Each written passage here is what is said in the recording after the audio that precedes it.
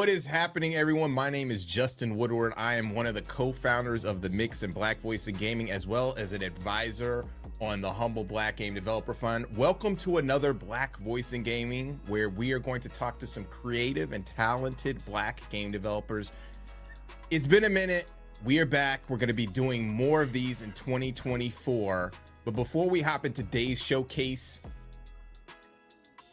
what's happening, Destiny? That was a long, pregnant pause. But... Also, I didn't know you had started, and I look all angry at the start of it because I was trying to figure something out. But hey, everyone, let's get ready to celebrate Black History Month with a very special Black Voices in Gaming showcase. I'm always excited to be part of this showcase because I get to help highlight the talent of some incredible people. My name's Destiny, and I'm the creator of Dames for Games. I'm also a marketing manager at Freedom Games and one of the hosts at Level 1 on their podcast 2XP. Before we jump into the showcase, though, and if this is your first time catching BViG, let me give you a bit of a background. BViG was created in June of 2020 during the protests and demonstrations that united us all worldwide. Black Voices in Gaming has gone from a showcase to a nonprofit that helps accelerate the growth of professional game developers. Our mission? To facilitate a space where game studio entrepreneurs can access funding, meet publishers, and connect with mentors to help them succeed. Yeah, for sure. We're a nonprofit. I mean, we've been a nonprofit for the last probably year and a half, and it's been amazing to connect with different folks, but we wouldn't have been able to do that without the help from all of our sponsors and our support. PlayStation, ID at Xbox have been very supportive of this movement. Also Raw Fury, who helped us to get started. We're streaming right now, or I'm recording on a Razer laptop. Also Netflix and our new partner Brass Lion Entertainment. Thank you guys. You guys are super awesome. With that being said, I also want to thank our partner Netflix because we were honored at partnering with them for our first accelerator program called the Experience Excellence Accelerator, where we help to fund 4 Black game developers and their mobile prototypes. The accelerator included curriculum from professional mentors and networking opportunities with the goal of helping to boost professional developers' progress on their games and get them ready for further investment and publishing opportunities. 3 of those developers in the accelerator are joining us today, and we're happy to have built the program with all of our partners, friends, and the developers involved. So yeah, again, thanks to Netflix. Justin, that was great. But we can't forget to thank our wonderful broadcast partners, Twitch Gaming, IGN, GameSpot, and Steam. Speaking of Steam, don't forget to check out the Black Voices in Gaming event page where you can learn more about Black Voices in Gaming titles, buy the available games, or add them to your wish list. Remember, wish lists really help indie devs. If you're looking for other ways to help, you can donate to Black Voices in Gaming's Tiltify. Here's your chance. Grab your phones and snap the QR code on your screen. Any amount helps, and we truly appreciate it. Also, don't forget to check out our merch, BVI shirts and hats and all kinds of goodies. And remember to follow BViG on Twitter at BVI Gaming and Black Voices in Gaming on YouTube and Instagram. Now that we've shouted out all of our appreciation, it's time to get this show going. Yeah, we're gonna get cracking with our first. We have some amazing guests, by the way, Destiny, and I hope you're gonna have fun because I know I'm excited. I know we're gonna have an amazing time. Our first guest is Salman Shuri from Gisinimo Games, amazing developer. We're gonna spark it off with a little trailer from one of his games, and then get into the interview. Boom.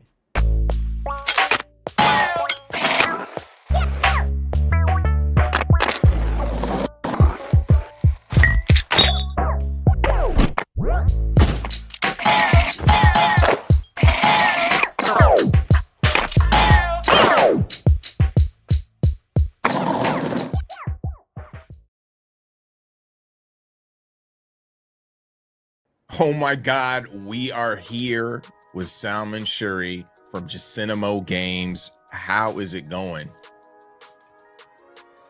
Going all right. That was an excellent delayed response. Come on. But it can always be slow better. thumbs up. That was good. They like crept up on the camera with the thumbs up. So tell us about you, Jacinimo Games, and also where are you at right now? I'm in the UK, so you can tell by how dark it is, moody. I wish I got some purple lights, then it could be all cyberpunk, you know, cameras everywhere. Ooh. Yeah. Like you got the nice turtleneck. It must be cold out in that piece. Oh yeah, it's it's even it also helps keep me warm when I try to make some cool stuff. Yeah. Awesome. I got that. That was a good joke. Yeah, that was a good dad joke. I got oh it. my god!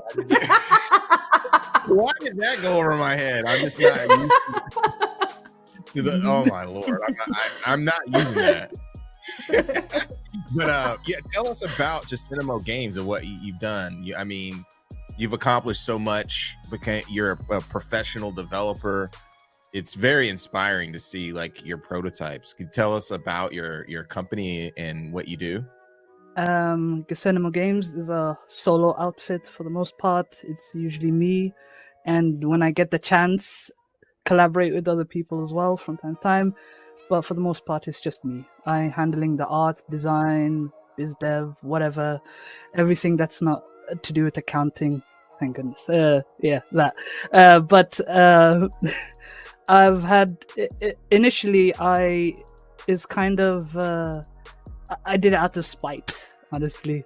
Like when I graduated, I was like, hey, I could be so cool. Let me do work for other places. This is my dream.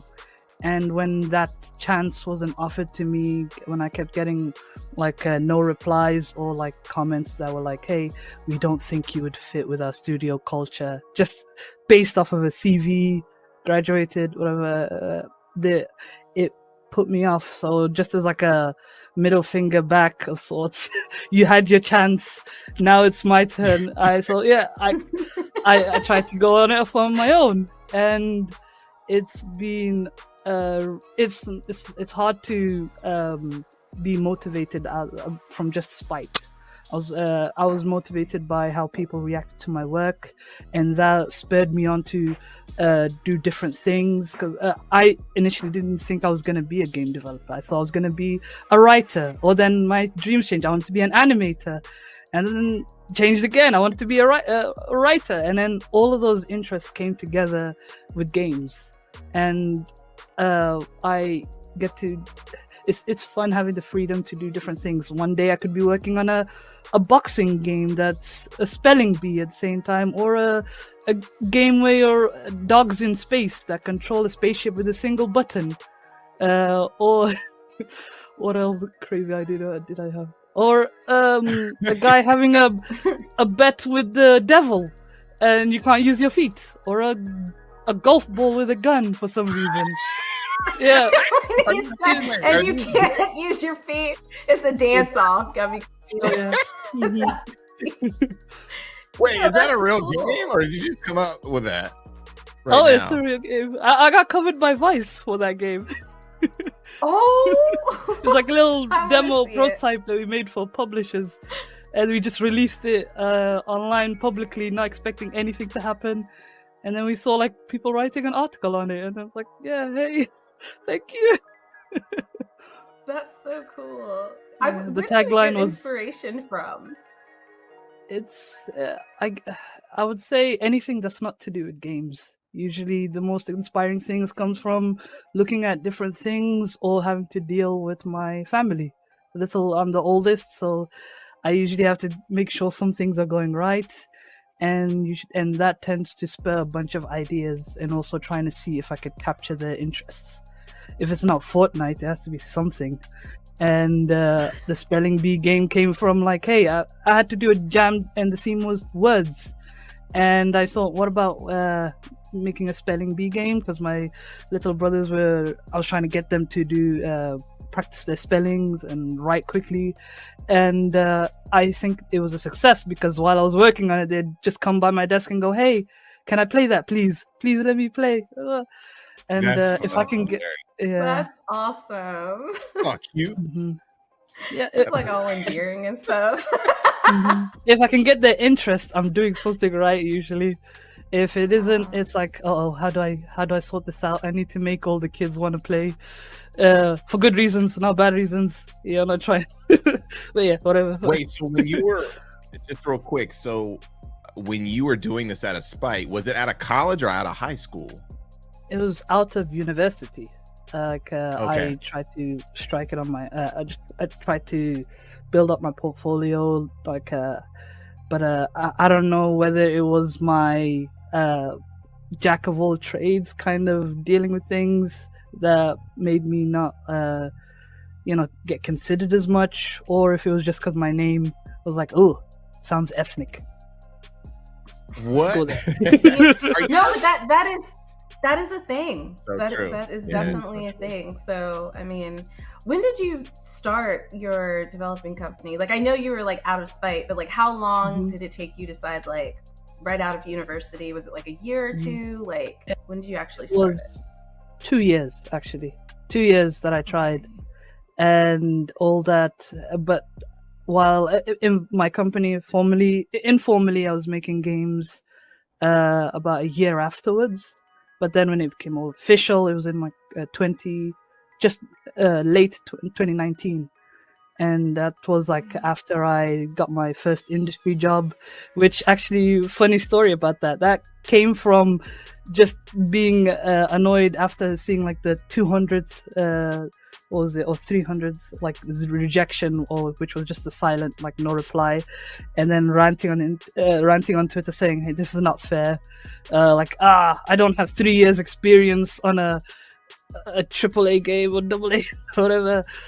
This is and someone was like, "Huh? I thought you were employed this whole time. What the? We're fans of your work. Can you please work for us?" And that's how I got my first job, which was in the hyper casual mobile market. And all of my experiences from trying to build something that very quickly, that's supposed to look like it's more high production value than it actually is, those skills were very transferable to the mobile market. And that did so well for me that actually, now that I think about it, I was really what's the word? I wasn't confident in my own work before I joined, and then as I worked and had like teammates that were like, "Hey, your work is amazing. Why do you think it's bad?" And then seeing that validated through like releasing my games secretly, and like to test like retention and other stuff. It was like That's smart. it felt like seeing my what was the hypotheses like coming true, like, hey, this actually did work out and this didn't. It ended up giving me the confidence in my own work that I didn't know that I had before. I was always pessimistic in my own work, just so it's like hey, this bar is low, I've easily surpassed it, but if the bar is so high, the disappointment is like hits 10 times harder when you expected it to do a lot better. Maybe it was a way to protect my own self in a way, being prepared for failure, but without that failure, it's hard to succeed. So anyway, I've always been told, hey, if you fail faster, you'll succeed faster. And looking at my graveyard of projects, I've failed a bunch. Failed enough times, and not that I'm succeeding more and more as I've been pushing through with my every new thing that I make nowadays, which I feel so That's the happy way to about. learn. Yeah, for sure. That is kind of poetic. All of his stories are very, very like That's really inspirational. Yeah. This graveyard of games. There is like one That thing was that actually I've cool. never forgotten, and it was when someone streamed my game on Twitch. One of my games, a game that I made part of like a little collective of 10-minute games. There were 10 games that were 10 minutes long and sold for like $10. It made its money back within an hour of release, but when someone played it on Twitch, they played my game, which was supposed to be a little horror game where you could use your light to go through like an empty room and some other stuff, story going on. They ended up hitting a voice recorder or whatever machine that plays sound, and they heard my voice that was changed up, and then their reaction, they were 90% through the game, and they said, "Ugh, British." and Alt F4 the game while I was watching it from the chat. They weren't sorry. It hurt me, but it made me laugh That's even so harder. unnecessary. I was like, I understand. British? That is hilarious, yo. Mhm. Can you talk about how you start, like you moved from, you were working with another company, you were making your own games, your own prototypes, and then you moved into becoming a professional developer, making your own money. How did that transition happen, and how did you kind of start working on that to maintain your own I don't know, livelihood, basically? Oh, I wish I could say that I earned a lot, but what saved me after I had left the job for multiple reasons, I ended up getting like I was so close to like just giving up on doing game development as a whole. I was thinking, oh, maybe I'm not the right fit for the industry at all. And then I had someone message me saying, hey, why don't you do a talk? It might just be cool, it's just something. And I was like, yeah, heck, it's my last hurrah, let me do it. And it was for the game developers of color. And I saw how do people come up with ideas. I made like a whole presentation of my technique, or at least in terms of how I come up with game ideas, and people really enjoyed it from what I saw in the chat of people watching it live, and me telling them that ideas were useless after I said everything about how to come up with ideas. It was later finding out that I got an award, which was like a humble monthly deal for a game, and that honestly I cried when I found out. Like even my mom, who was like, oh, get a real job, games aren't a real job, but it was out of like but like saying, hey, I need you to be I want you to be safe, and I don't think it's a sustainable thing. And I understood that, but when I saw her crying after she saw me like getting recognized for my work and stuff that I do, she was like, there is a chance. I would, and being able to put that smile on her face, and then seeing my siblings also jumping up and down. Yeah, you did it! Finally, someone likes your crap games. They said it jokingly. I would play. As siblings do. Yeah. That helped me sustain myself and also build up on like projects that I'd always like left behind, because hey, if I spend too much on this, I'm gonna be so broke that it's gonna be something bad could happen, and how am I gonna help fix that without the money? And I have been having like series of fortunate events that has helped me like build up with what I've done, and I'm trying to go strength to strength from that. Yeah, That's cool. No, that's good. Can you forgot the talk a original little Oh, bit? I'm sorry. Oh, go ahead. Oh, you go No, ahead. that was I'm good. gonna That was good. Mhm. Oh, I was just Yeah. gonna say, basically, like I know you're saying like they're fortunate events, but you've earned everything that you've gotten, like legit. Like you've worked really, really hard. It's so hard for someone to just start out and start making their own games, and I think a lot of people don't understand what it takes to make a game, like even a 10-minute game. So like, please continue to give yourself grace and kudos, because you're doing incredible work. Like your story is so inspiring, especially for other people who are coming out and getting those rejection letters and the state of the industry right now. Like I think you've done something incredible, and the reason why you got an award is because people can see that and you're genuine about how you feel about making games in your journey. So yeah, I just wanted to let you know, like I'm really proud of you. Like Thank you very much. Yeah, for sure. Yeah. Mhm. Yeah, can you talk about, because you I connected with you from Sean, and he introduced me to your work, and then you submitted for the Netflix Accelerator program, and you're in it. Can you talk a little bit about that experience? Usually it's whenever I get put into like with a room of other people, usually it's people that don't look anything like me, not related in any way, and then my face being used as, hey, we've got X, Y, and Z people that are not white, and it's just me and one other person, like plastered 5 times over. It's so nice being able to see other people that look just like me, that have different cultures but connected in more ways than one, and it builds hope, knowing that hey, I don't feel like an outsider as much. Like I feel like there's a community, there's a group of people that I can go, hey, what's up, and and I don't have to like explain like 100 million contexts for different things. Hey, what's up? Yeah. and also knowing people that relate to the same experiences, so I don't have to like, hey, this is cool, but I can't do this. Oh, okay. And then having someone like, hey, yeah, I understand, it's because of X, Y, Z. You know, you could do this, and then that could help. Blah blah blah. And that stuff is so heartwarming, especially when I get access to someone like you, where I could go, hey, is there opportunities that exist like here and there? You could be like, yeah, this one. You get like a whole flashcard of things. Well, I guess. Yeah. Like I know. Always have flashcards. Yeah. He does carries them in his back pocket. Oh, Rolodex. Yeah, you know what I mean? Mm.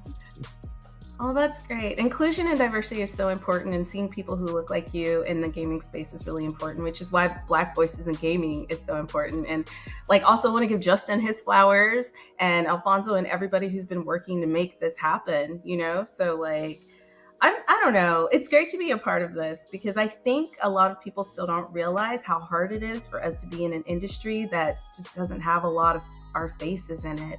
And a lot of people who are looking at wanting to be in the industry, seeing yourself there, seeing people like you, seeing people like Justin gives them the courage to keep going. So yeah, I get what you're saying totally. Because I work in the game industry, and right now I'm probably like one of the only Black people there, except for one other person. And I think when you work in the United States, it's a little bubble, so I can't speak for experiences outside of that, but like, we're so used to working with people who don't look like us or who don't have the same experiences. We kind of have to like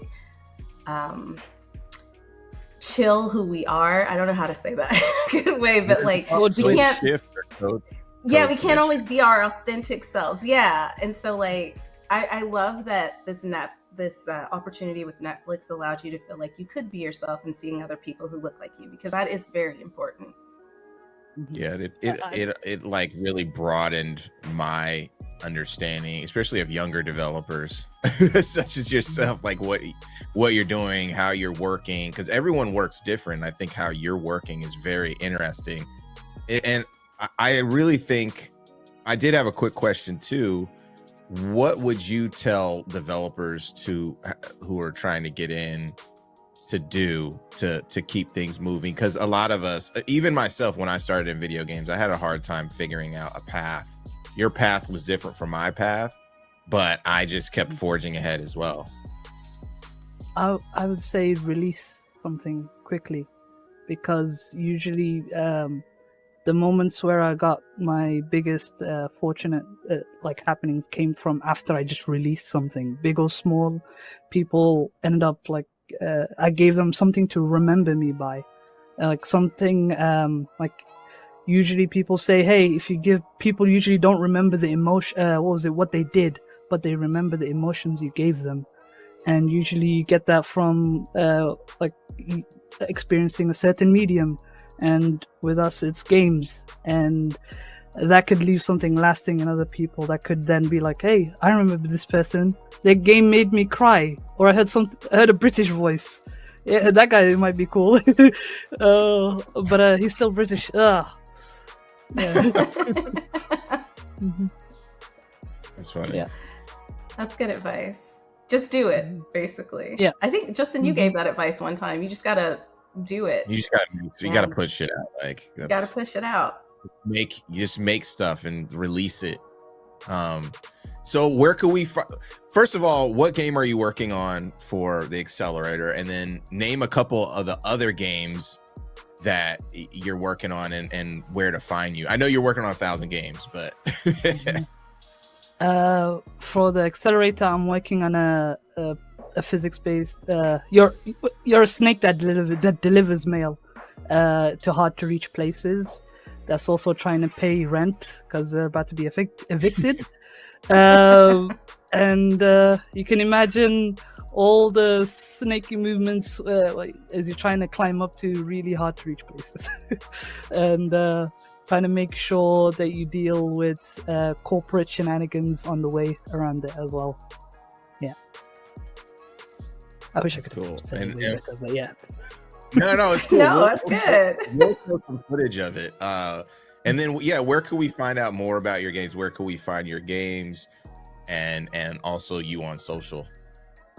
You can find my website at gisenimo.co.uk, or you could check out the Twitter page at Gisenimo, or you could just see my which is usually just retweets of from my personal account with the gifs of whatever prototype or something that might make that I use to check if there's interest for a certain project or prototype. Or I might just accidentally give people blue balls because they see a project that they really want, and then like, hey, why are you working on this? Please make this. Was it?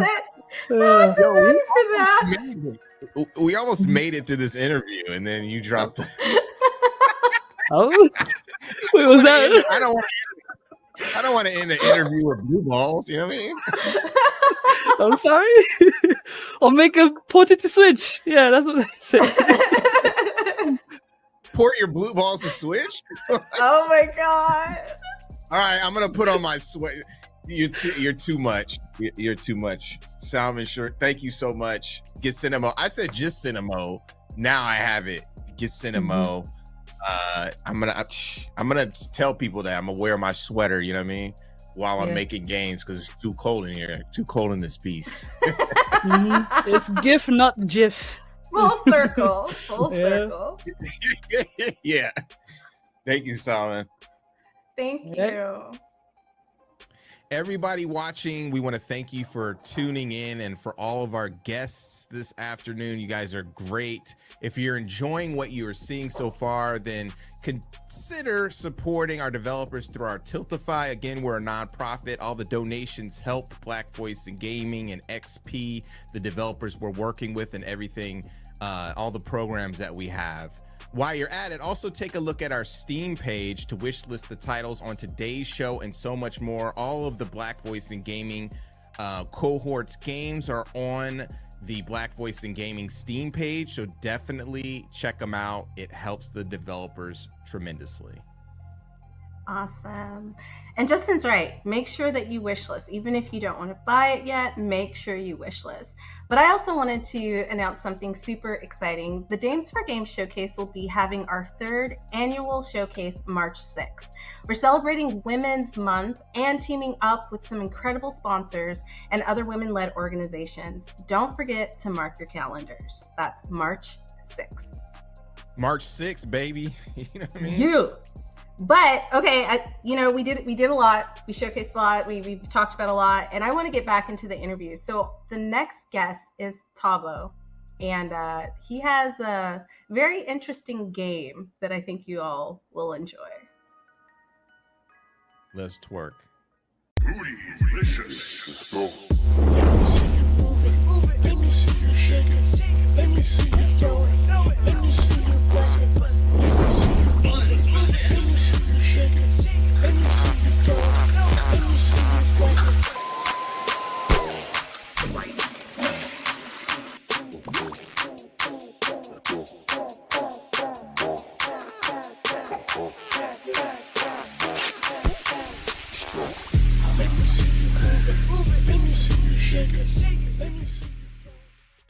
We are here with Space Salad Games, Tabo Solo. Did I say that correctly? I know I messed it up. I know I did. No, I think you did it right. Solo, right? T Solo. Let's just Solo. Yeah, but I like that. T Solo. Yeah. Yeah. That's T Solo. busting freestyles. Dropping bars. Dropping bars. Hey now. You're spitting bars. You know what I mean? You don't just. I thought it was dropping bars too. You can't say dropping bars. No, that sounds like something that's happening in a toilet. You know what I mean? Oh my god, no, it doesn't. Anyway, let's move on because the last interview got a little bit crazy. But yeah, tell us about your team, Space Salad Games. Kind of what's been going on. Okay, thank you so much, IC Jamin and Destiny, for having me tonight. Or I don't know what time it is for you guys, but it's late at night for us. So I'm Thabo Tsulo from Space Salad Studios, and we're based in Johannesburg, South Africa.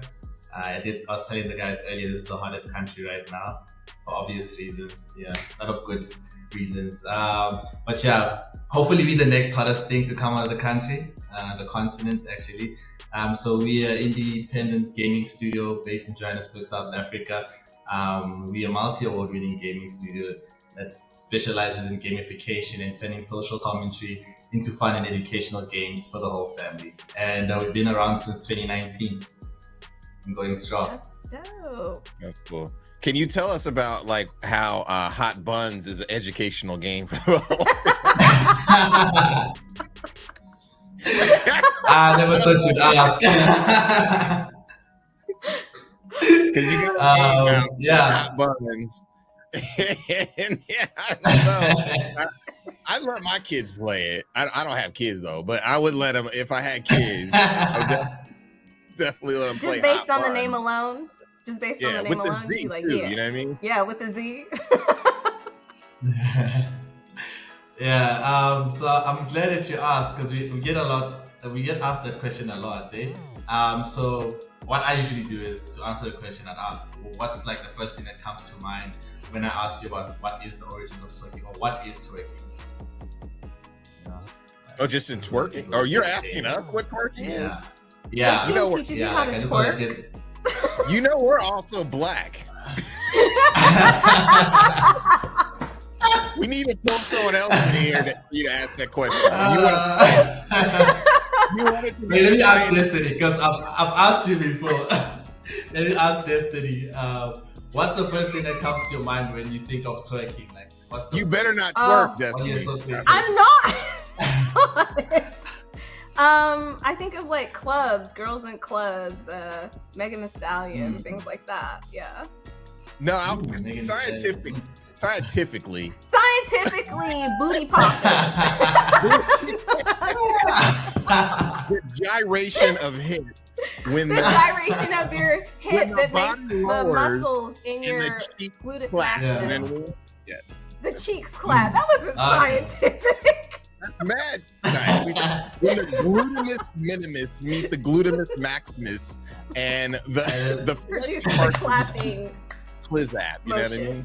Yeah. Yeah. This interview is next level, guys. Wow, thank you. I should have prepared better. But yeah, thank you for your answer, guys.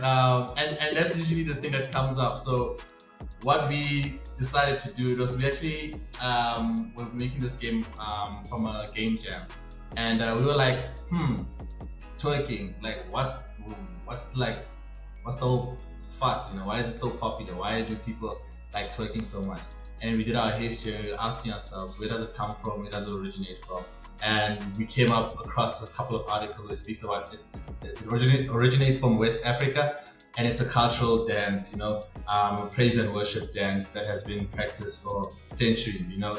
And we were like, damn, this is like something that people are missing out on, you know, like because of Western culture and like how the twerking phenomenon is known for, people associated with that, you know, like they sexualize it, but this is actually like a spiritual dance, you know, like praise of worship, you know. It's you find in some countries they even perform it at like funerals to celebrate the deceased, you know, like even in like some parts of Africa, like in South Africa, we have the Tsonga people, when they dance with the Shemelani, that's almost similar to twerking, the whole hip movement and the dancing, the gyrating, you know what I'm saying? And there's like different tribes that practice it. So we wanted to explain that side of twerking. That's why it's like based off of the origins of twerking to people, where they play So how we've done it, our approach was to create a new world called Batopia, and we created like a whole civilization of Batopians.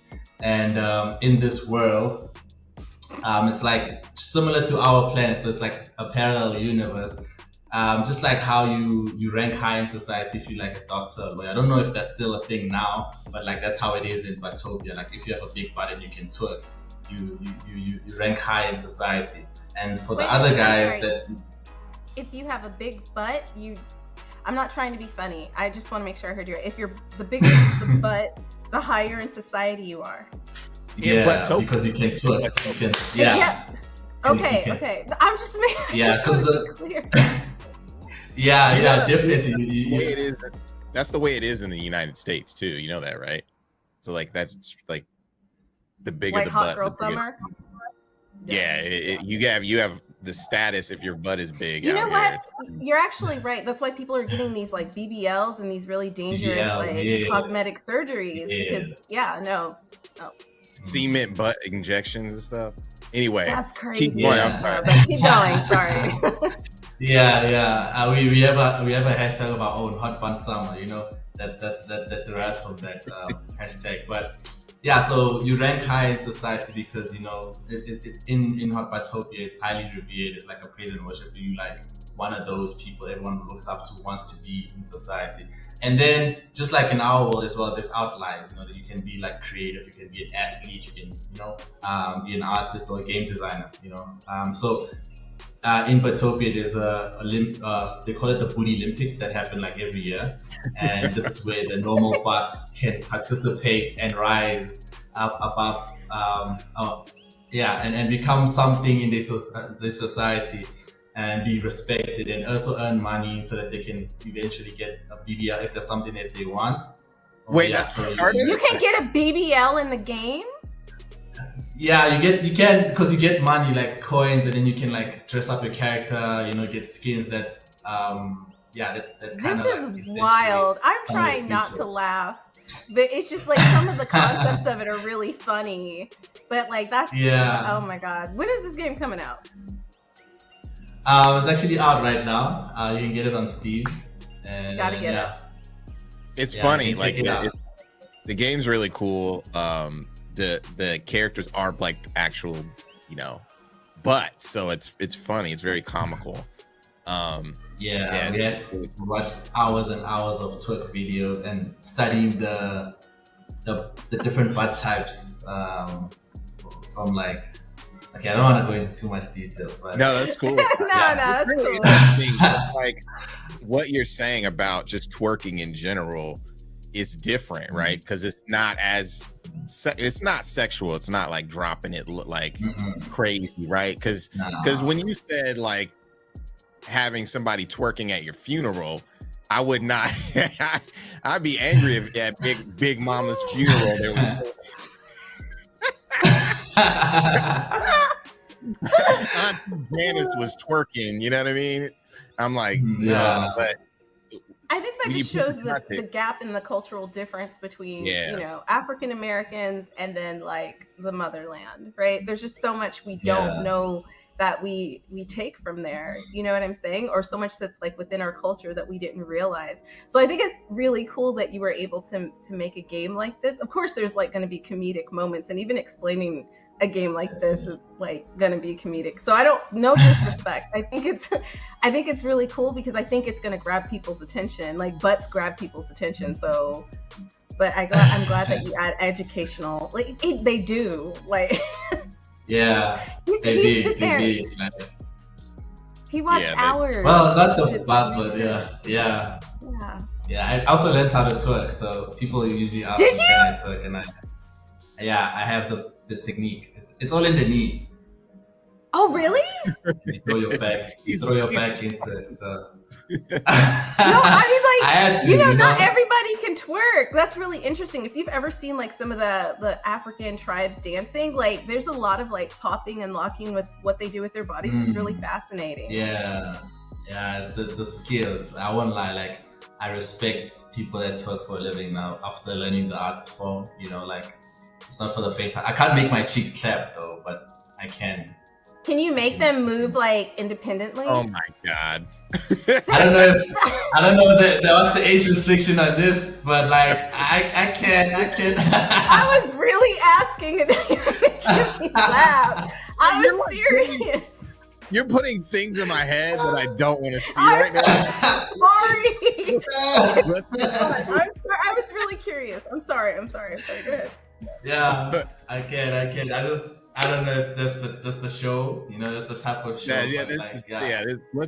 I want to talk. Let's talk about Space Salad Games, and and like how did you all get started? How many people are on the team, and like how did you all get started? So there's 5 people. Each one's fulfilling a specific role. So we have Tabi, who's our lead developer. He's like a coding ninja. He studied in the States and he came back just to show us what he got. We got Wandile, who's our sound designer and also our psychologist. He's a qualified psychologist, so he's the guy that helps us keep our minds together through hardships and everything else. I think he's one of the key players in like putting the team together. We have Minentle, we call him a document god. He was born with an Excel sheet.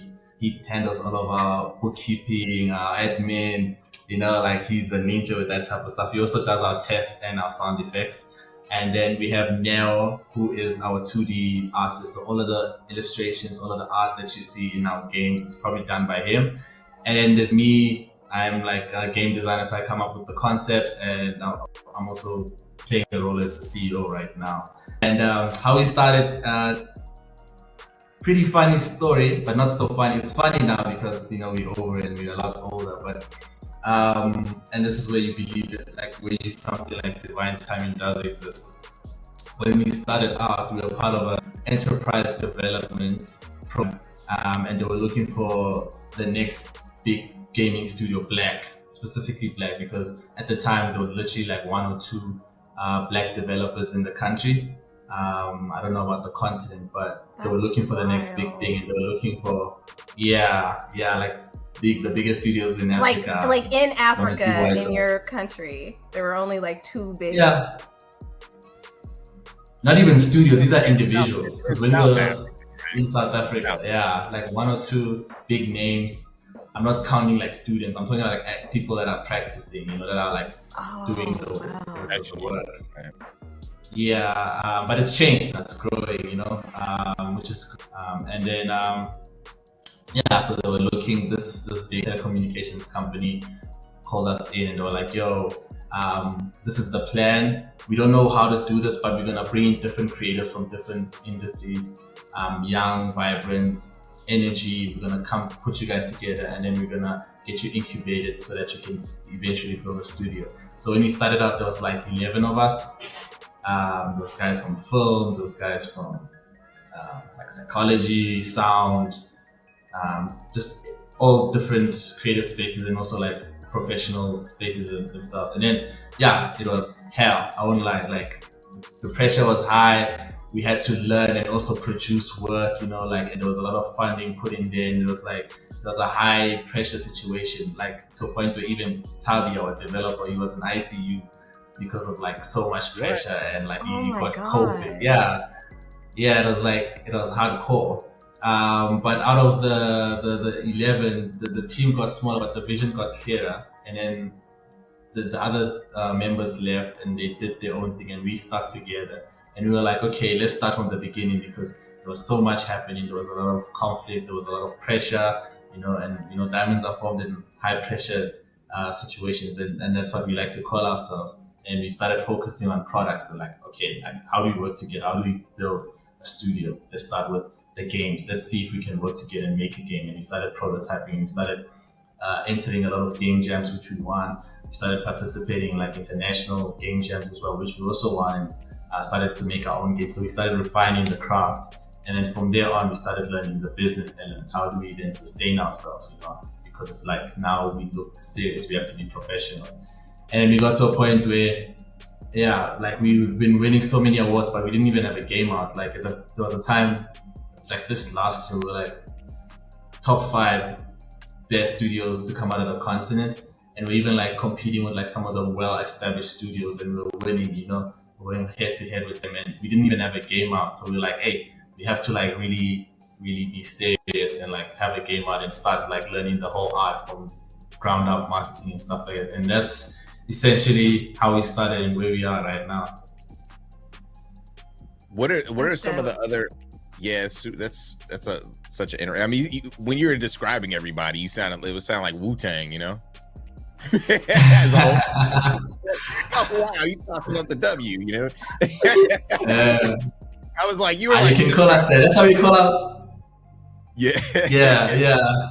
That's how we call ourselves, like the next hip hop in gaming, you know, because we're creating a culture, and you can even see with like the studios that are coming up after us, you know, they're becoming like there's some influence that, you know, you can see from us, you know, like from the skits that we made, or from like the names, or like the kind of games that we also create. So it's actually quite good that like we are doing the work and people are seeing it and they like it.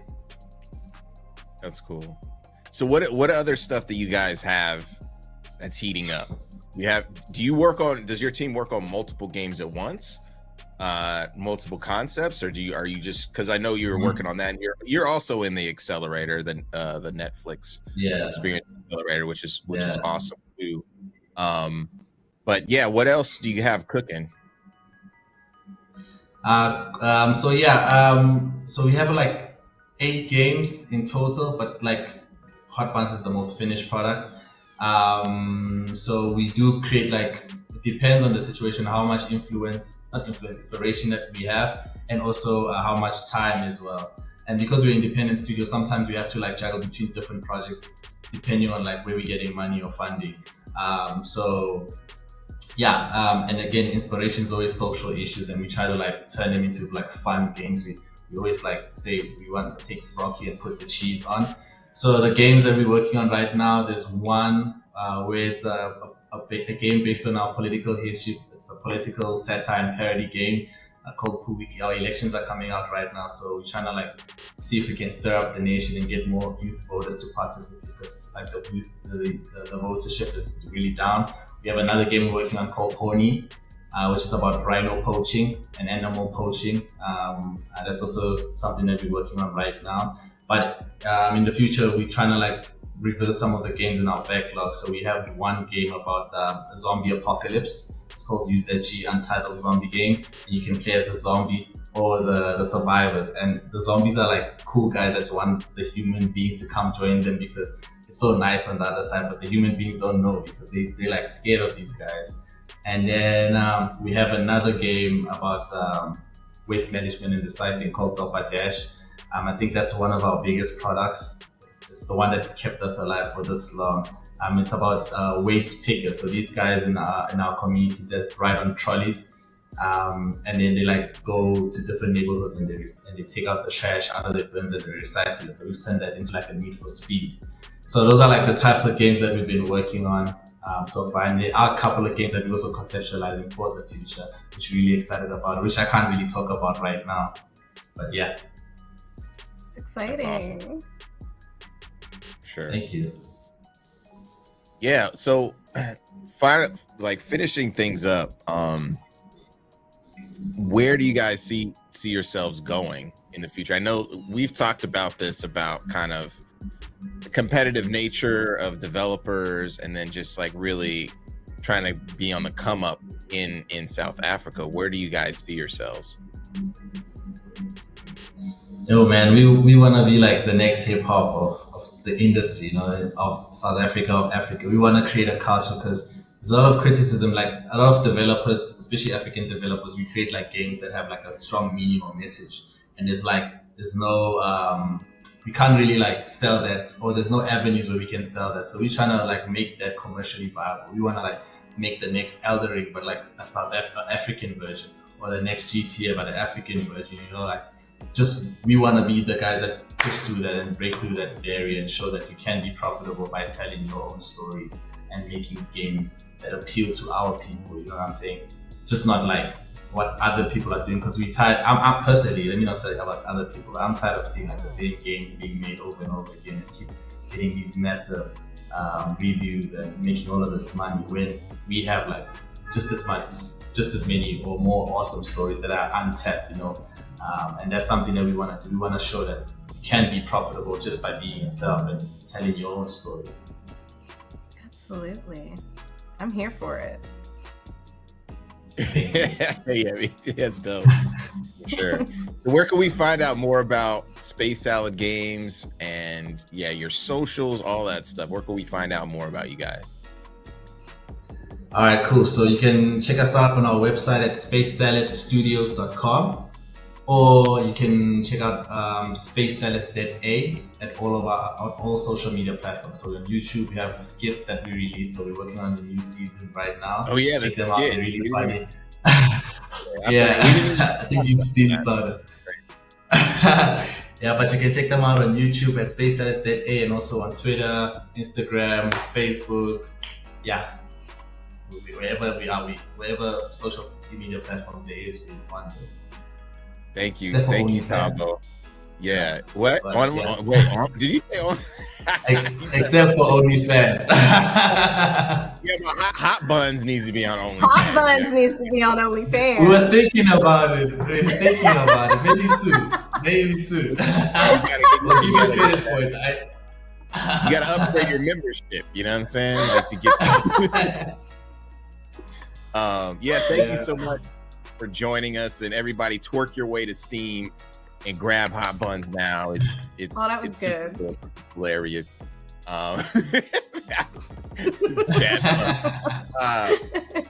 We'll see you later. Thank you so much. Pleasure meeting you. Thank you guys. That was an incredible interview. I had so much fun. And honestly, before we get into our next guest, we kind of want to show you guys some of the trailers from the past and some of the games that we've had on the show. Justin, are you excited? I know we've already seen these trailers before, but every time I see them, I get super excited. I do. What? Like the music always grabs me. You're questioning What's wrong with me. you? I just want to know. I just want to know Of if you're course I'm excited. I was born excited, man. We came into this whole session just energy at pumping. the peak of exactly. Like I'm pumped for all these new trailers. Yeah, we got new trailers. We got some old trailers. Also, we got to shout out, Steam and Valve for working with us on this. Wish list the games, but check the trailers out. Twerk it out.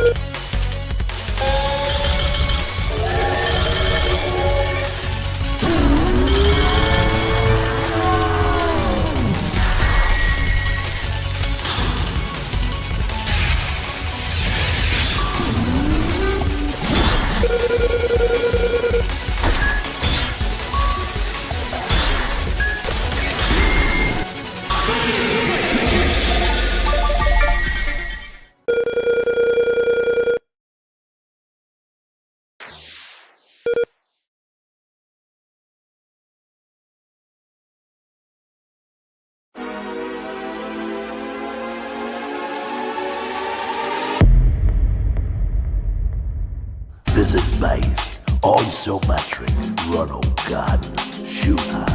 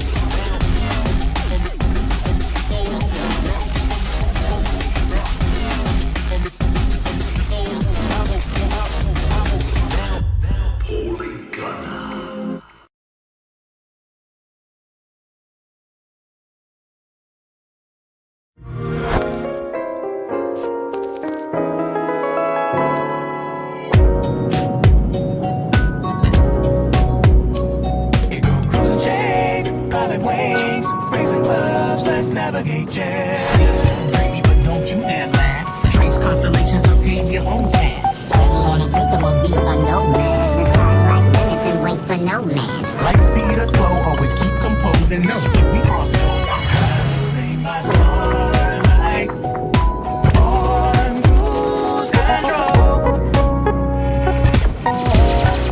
Traveling by starlight on cruise control. Traveling by starlight.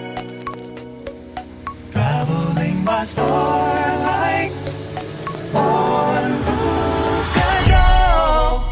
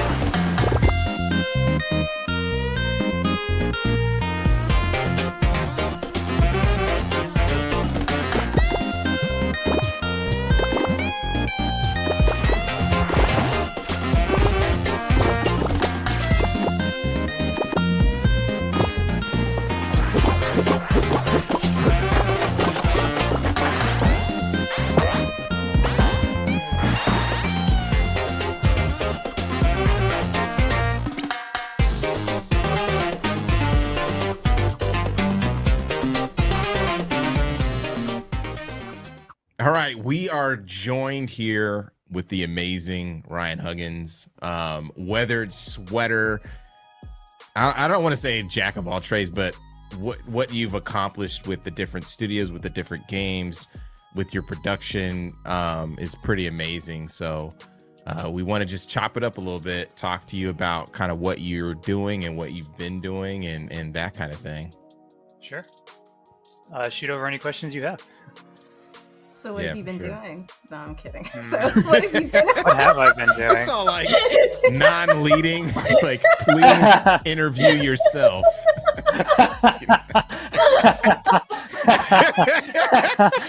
Destiny's camera just immediately turns off. It's ridiculous. Come on. Come on, Okay, Destiny. I'm sorry. I'm here. So can you tell us a little bit more about yourself, what you're doing in the industry, and kind of like what you're working on right now? Sure. So, what am I doing in this industry? Staying afloat for the most part at the moment. But yeah, I guess let's see. I started, I don't know, so long ago at this point. It feels like forever. But I started with like RPG Maker. It's amazing that games are still coming out with RPG Maker even now. A couple of great Black games are even coming through. But from there, I went to Game Maker, and then I switched over to Unity, unfortunately, in like 2013, 2014. I've mostly, from the beginning, I've been noticing this lately. I've been making games that are mostly about capitalism and about whether or not it's good or bad, or making statements about them. Like, if you go through basically any game that I've worked on, any story that I've written, it always boils down to something thematically relevant to capitalism. And I think tying that to the state of our industry right now is pretty relevant, with all of the layoffs and whatnot.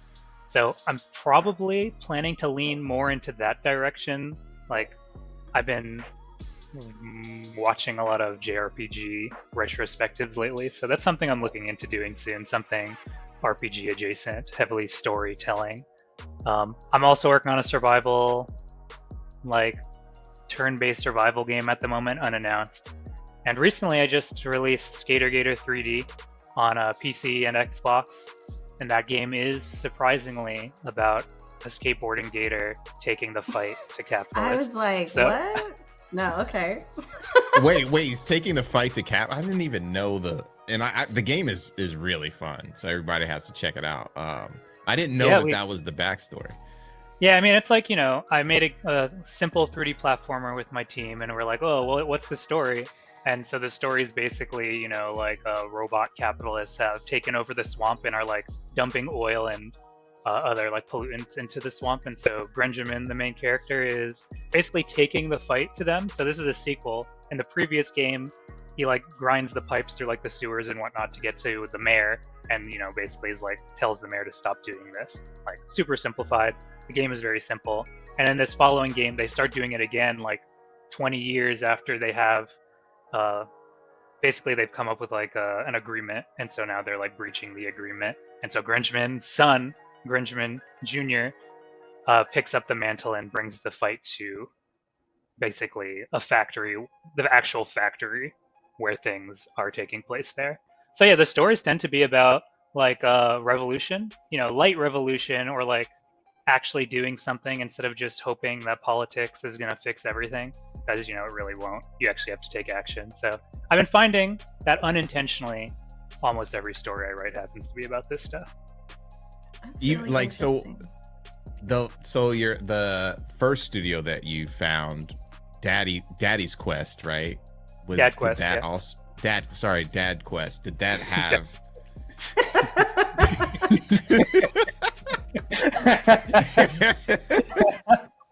I call my dad Daddy. That's why I messed it up. You know what I mean? I just find that hilarious.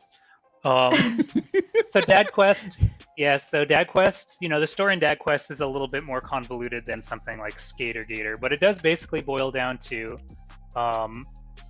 a corrupt CEO has created this world where people, like men, women, whatever, can become dads through something called the dad spirit, and then they gain children.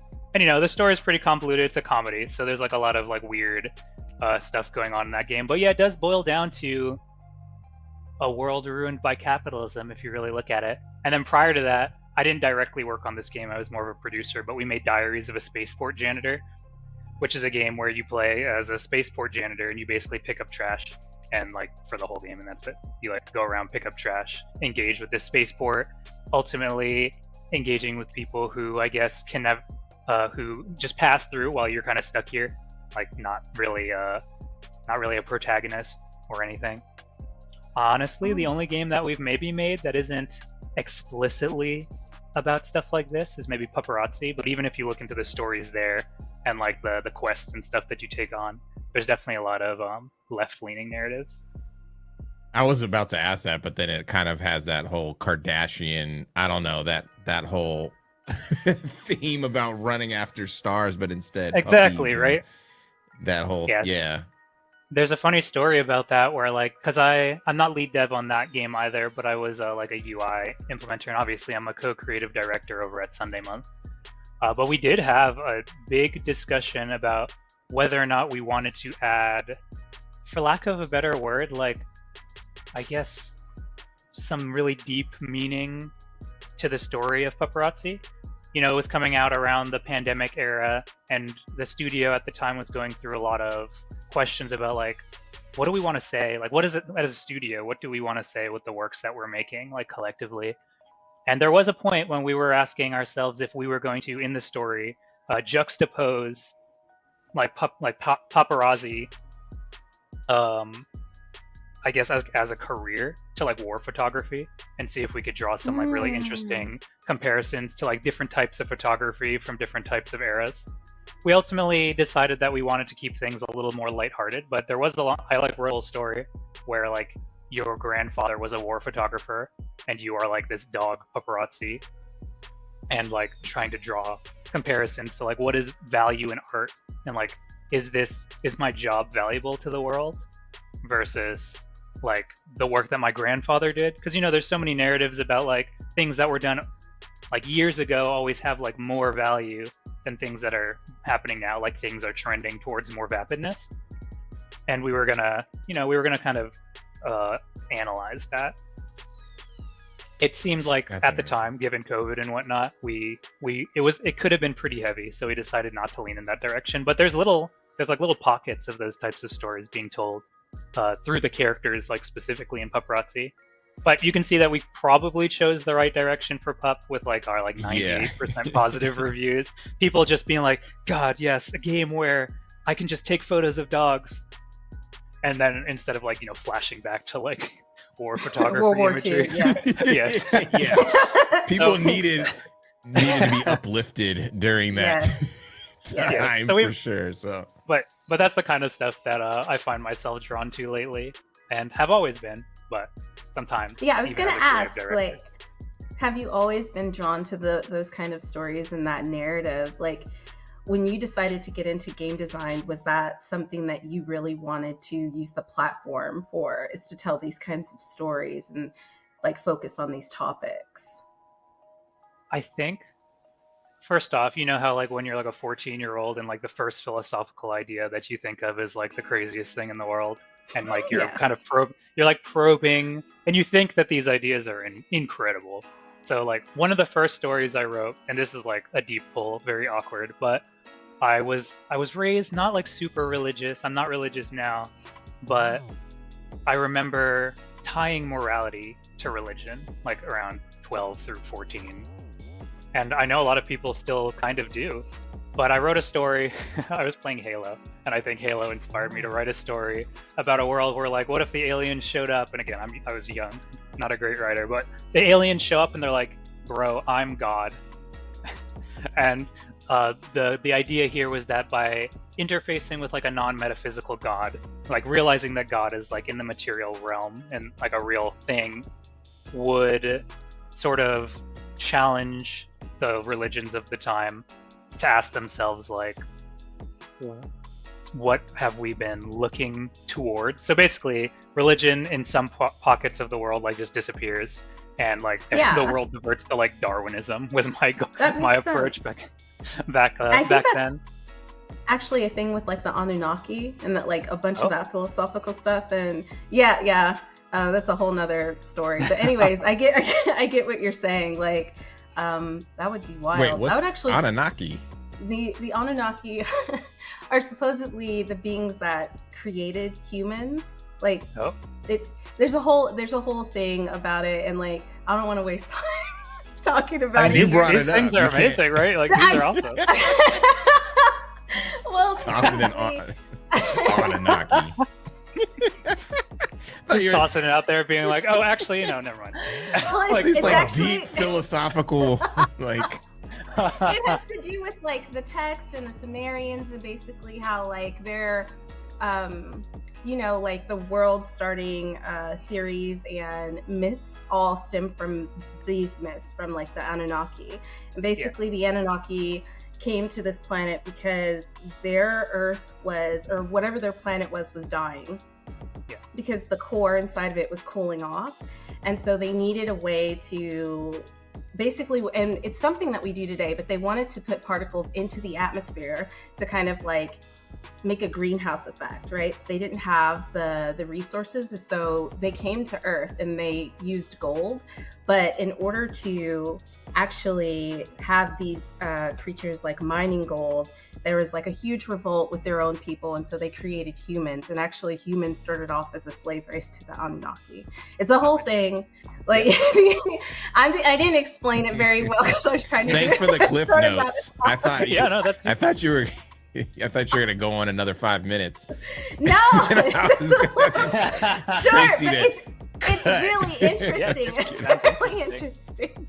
But to answer your question though, like those are like the first stories I wrote. The next story I wrote was less capitalist, but it was about like, degenerative disease and stuff. So I generally have historically, I guess, been interested in writing stories with like a lot of I guess I don't like to say like they have meaning. It's like, you know, all stories kind of have their own meaning, themes and whatnot. But I've always been drawn to things that are very worldly and like, I guess, political. But I don't like telling those stories in a like very political way, right? Like I look at like Game of Thrones and stuff, and like these are like very political stories, like about governments and people and rulers and stuff. But I don't generally like telling stories that way. But I like the themes of my stories to be very political and like relevant to the time. That's really interesting. Even I mean, even Skater Gator. yeah, I didn't know that one. I thought it was like Very extra lighthearted, environmentalist, but though, now right? I'm Yeah, like, exactly.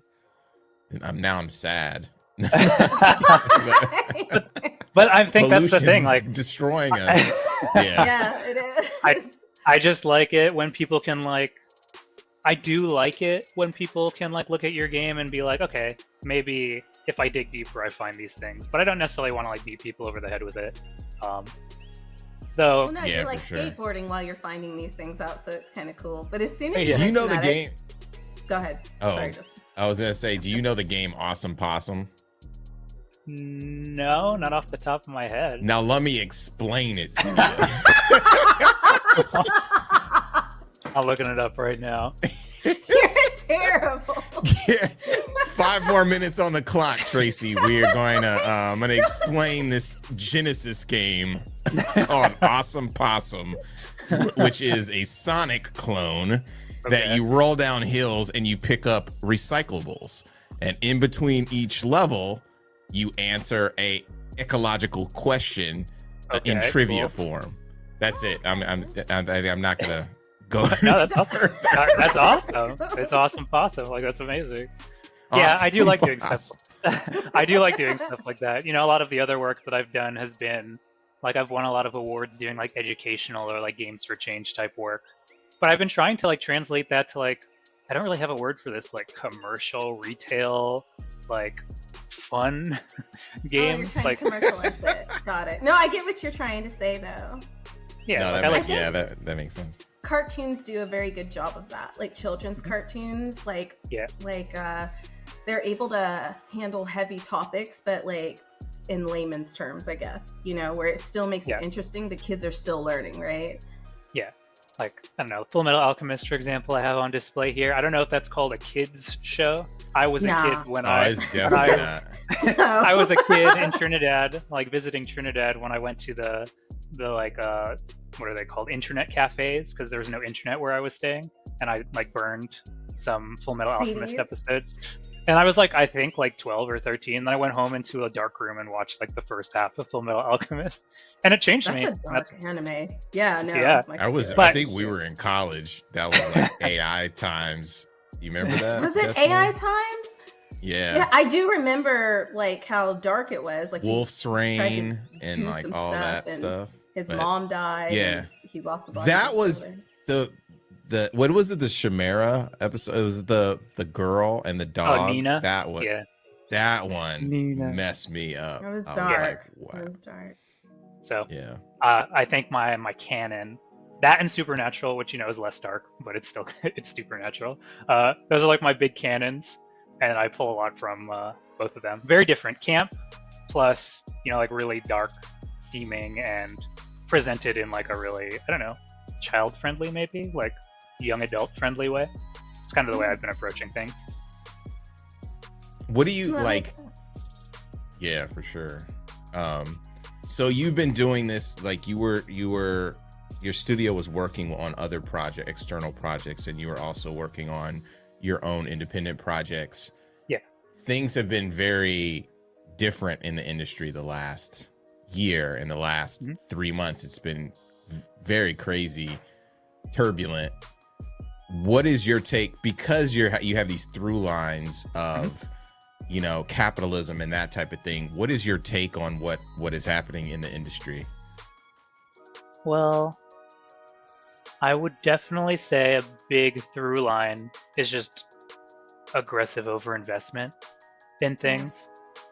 Like, I think we can all see, like, we're just spending a lot of money. I struggle like I know that there's people making these decisions, right? And so they're in rooms, they're talking to each other. You know, some of them are here just for the money, some of here like actually trying to make good change. But I think at the end of the day, I still struggle to see how, you know, a bunch of really individually smart people were like, oh yeah, things are going to be the same for the next, you know, like 5 to 10 years, and so we'll make these decisions now. So I do struggle to see that. But at the same time, I do also reflect on the last 20, 30 years and see that it is a cycle. The question about the cycle, because this does keep happening every so often, like are the cycles contracting, and is it going to reach, like, for lack of a better word, like some kind of singularity where it doesn't recover? I don't know if that's where we are now, and I'm not really an analyst when it comes to these things. I tend to think of them more like from like maybe like a storytelling POV, but I just think that capitalism, it's like it's all about profits, and if you can draw those profits out, the people have no choice, frankly, but to do it. So, I mean, I'm sure I have more revolutionary things that I could talk about regarding this, but as far as like just a regular analysis of like this, I do think it's just a lot of people, for some reason, made a decision based on the next 6 months to a year, as opposed to like looking at the next 10 years. Like COVID is like everyone's playing video games. It's like you saw them start playing video games during COVID. I don't know why you really thought that they were all going to just stay here and not like expect the people that to makes- leave when outside. COVID was done. Right. Yeah. I think a lot of that is because people just didn't realize and had never experienced something like COVID before, especially during our generation or the generation before us. So they didn't know how long it was going to last. And like, remember in the midst of COVID, we kept hearing like, oh, there's another variant.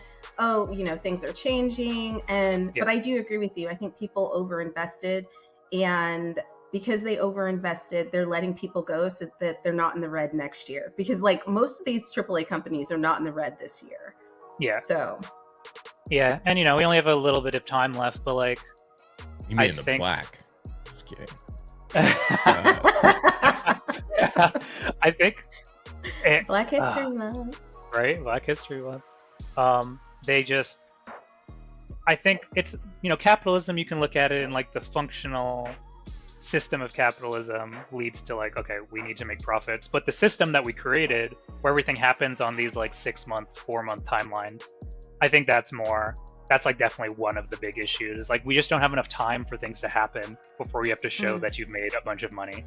Like maybe And they have to make those decisions. They're in a bubble sometimes, and they have to make the decision 6 months to a year out. So they're making the decision now. It has to go up the chain. They're like, okay, and it's like a slow moving ship, right? How do It's you like, write it? and they don't care. Like if they're trying to please all these other people, so they're like, I just gotta do my job. You know what I mean? And then boom, and it's rough. Shit because happens, you know we're not going to be able like to completely change the system immediately. So I like, you know, in my stories I'm like, okay, revolution, blah blah blah, and in real life I'd like to see those things happen as well. But I do believe that in the real world it's more likely that things are going to be taking slower changes, and one of the changes that I think would probably be most effective would probably be just figuring out for ways to businesses to lengthen the decision-making process across like maybe a year or two instead of a quarter, like making things happen like 1 or 2 quarters. I think that could really reduce the amount of damage. I agree. That's really interesting.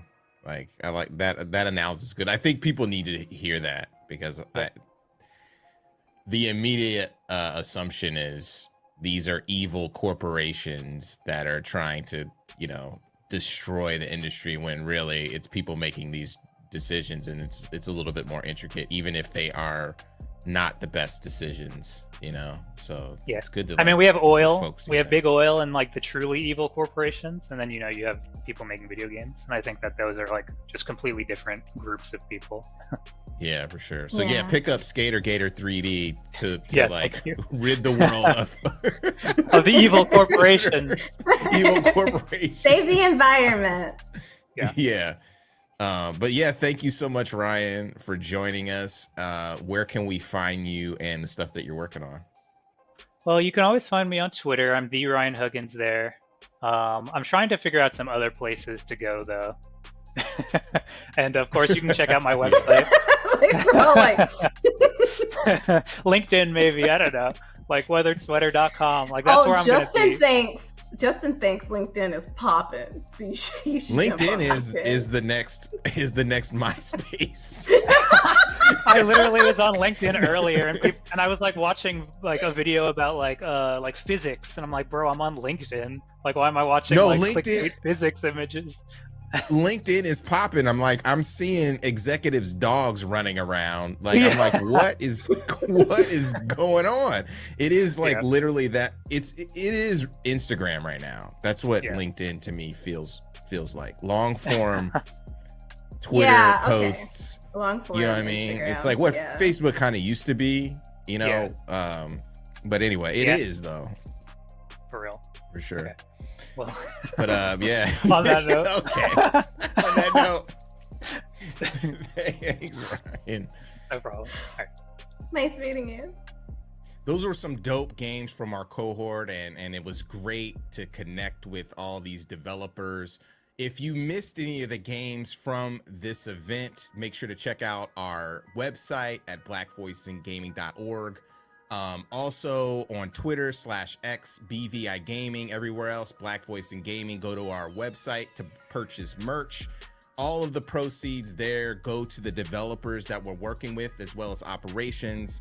Also, check out the Tiltify. Here's the QR code. Snap it, donate, helps us out, helps the devs out so much. And then let's get on to some more interviews.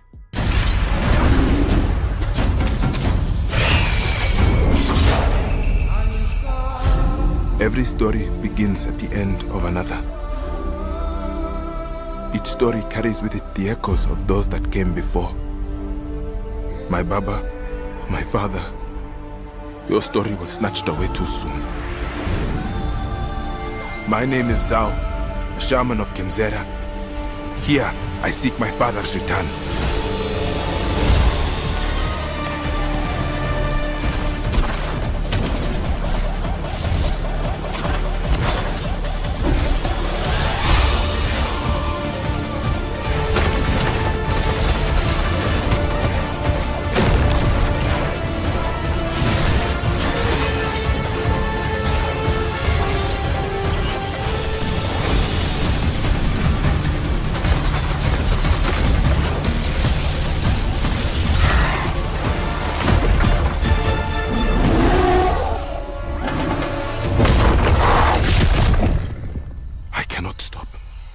I will not stop.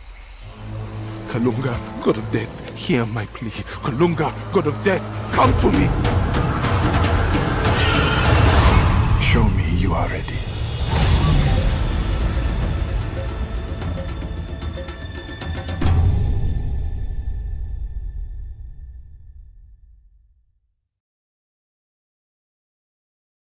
We are back, and we are with Abubakar, and you're gonna have to pronounce your name because you know I always mess it up. And we're with the homie Sean Alexander Allen, who you know we've been rolling together for years. One of the leaders in Black Voices in Gaming, and you know he reached out, and it's like we have some amazing guests because we've been collaborating and trying to figure this thing out. So. It's awesome to have you here. Oh, thank you. It's cool being here, man. Like it's one of those ones where again, I think as I said, like I'm learning a lot about sort of the Black community within games, and it's nice to feel welcomed, man. I don't see enough people who look like me in this industry, and to actually be, you know, surrounded by, you know, actual gamers who look like me is a good thing, you know. That's cool. Like when we saw the announcement on the Video Game Awards, there was two that really stood out, and it was your game and the Blade to me. And the Blade, like when I saw the Blade like intro, I was like, oh shit, we're in here, you know what I mean? And I was like dazzled. I was like, dude, your game looks so sick. Thank So you, yeah, man. do you want Thank you. to like kind of before we chop it up? Do you want to kind of tell Yeah. the folks what you're working on? Absolutely, yeah, man. So, literally, it's so what we're doing is this sort of action adventure platformer Metroidvania, called Tales of Kinzera Zao, which is essentially the game is inspired by the grief that I felt, and I'm still kind of going on after I lost my dad, and for me, it just felt right to make a Metroidvania just because it resembles grief in the perfect way, kind of being thrown into the middle of something that you have no idea about, you're lost, and slowly, bit by bit, you kind of get weirdly comfortable with it, but you still are facing it. And yeah, it's a small indie game that I remember pitching to EA, thinking like, again, they're not gonna go for this, but hell, I'm just gonna go. I'm gonna try it, and lo and behold, we're here now. So yeah, it's been a journey, man. Yeah, and I mean, like really before this, because I remember you were doing your studio, but you were also in a show at the same time when you were starting all that. Great show, Yeah. Raised by Wolves. Wait, what show? Yeah, Raised by Wolves. So Okay. Oh, what? yeah, man. Yeah. Oh my god. I feel like such an idiot. Oh my god. I love that show. That show is sick. Yeah. Like That's okay. Yeah. Doop a doop boop boop. Ridley Scott. Okay, that's oh my god. Yeah. It totally Yeah. makes sense. Yeah, Sean's man. like, you It's, can't laugh at it's- me, bro. Like you gotta. I swear I kept saying, bro, he's on this show, and I think it's really interesting. You didn't like, say doing... this. Yo, you got. You know what I mean? You got a different haircut. You know what I mean? What? But I'm like. Yeah. So No, I that's. was Oh, just. okay, that's Yeah. So I was just Yeah, curious. man, Like, so yeah, what was literally. the impetus for moving from TV to games? Because I just thought that To was games. like Yeah, I mean, no, it's a valid question in regards to like that. I think, I mean, I've always said this. I've always been a gamer, man. Like games have been with me since day dot. Kind of much like Ben Starr. Like we both hid the idea that we liked games. Like we didn't want anyone to know because it wasn't, especially being black, like growing up where I grew up. Like the idea of liking games was almost like weird, nerd, But it was always a passion of mine and something that even my dad really pushed me for, to play and enjoy because he was into tech, and so really it was just what Ridley gave me on that show was the confidence to kind of have a voice, and by him essentially saying, yeah, you can lead the show and to a degree with Mother, Amanda, who's brilliant, like that was like, actually, you know what, yeah, I can do this, like I can actually push and have my own voice and do the stuff that I want. And so really it just felt natural, man. It just felt like that was the next step. Now again, I had no idea what it meant to make a game. Like I'm coming from a film background where you churn out films in a year, right? It's not really necessarily a challenge, but well, it is a challenge, but it has its own challenges. It's more like a sprint, right? But making games is like a marathon, and sometimes it's like a marathon in the storm, and it's like evil, man, and long, and it's like tough. Yeah. So I think like that really was the natural progression for me anyway, just to kind of go into games. It felt like I felt more comfortable there, weirdly, than film in a weird way. So how did you build your team? I'm just curious. Dude, I just literally followed and slid into so many DMs, like you have no idea. So like I literally I started talking because when I did Assassin's Creed Origins, that kind of introduced me to the fact that you could do games. You can make games, you could have a career in games. And so for me, it was all about essentially talking to these people and being like, yo, how do you do this? How do you get into games? How do you make games? What team do you need? And they would introduce me to so and so and so and so, and I would essentially, get talking and get chatting. And yeah, the amount of like DMs and messages from ArtStation and all this sort of stuff. Like I had the idea, I had the pitch, this this world that I wanted to create that was, you know, very Afrocentric and, you know, inspired and driven by grief. So I literally led in with that, you know, and I wasn't like all about like NDAs or whatever. I was like, no, this is what I want to this is what I want to build. Are you in it? Because I realized that, again, you know, me sliding into someone's DMs, first people are going to think I'm like a fake, you know, account being like, hey, I'm an actor who wants to start a studio. Like, you never hear that shit. And then so it's like the idea of being, you know, for me, it was all about essentially hooking them into the vision and the idea of what I wanted to create. You know, this space that is led by people who, you know, not only just look like me, but also want to make a change in the industry and kind of, you know, because again, like the team that I have, we're not veterans, man. We're not like, you know, we haven't done this, you know, some people haven't even led before. Like, we just are kind of running on this passion, this idea of wanting to build something cool, but also make a change in the industry itself. You know, good leadership, good ways of going about it, good practices, good policies, all that kind of vibe.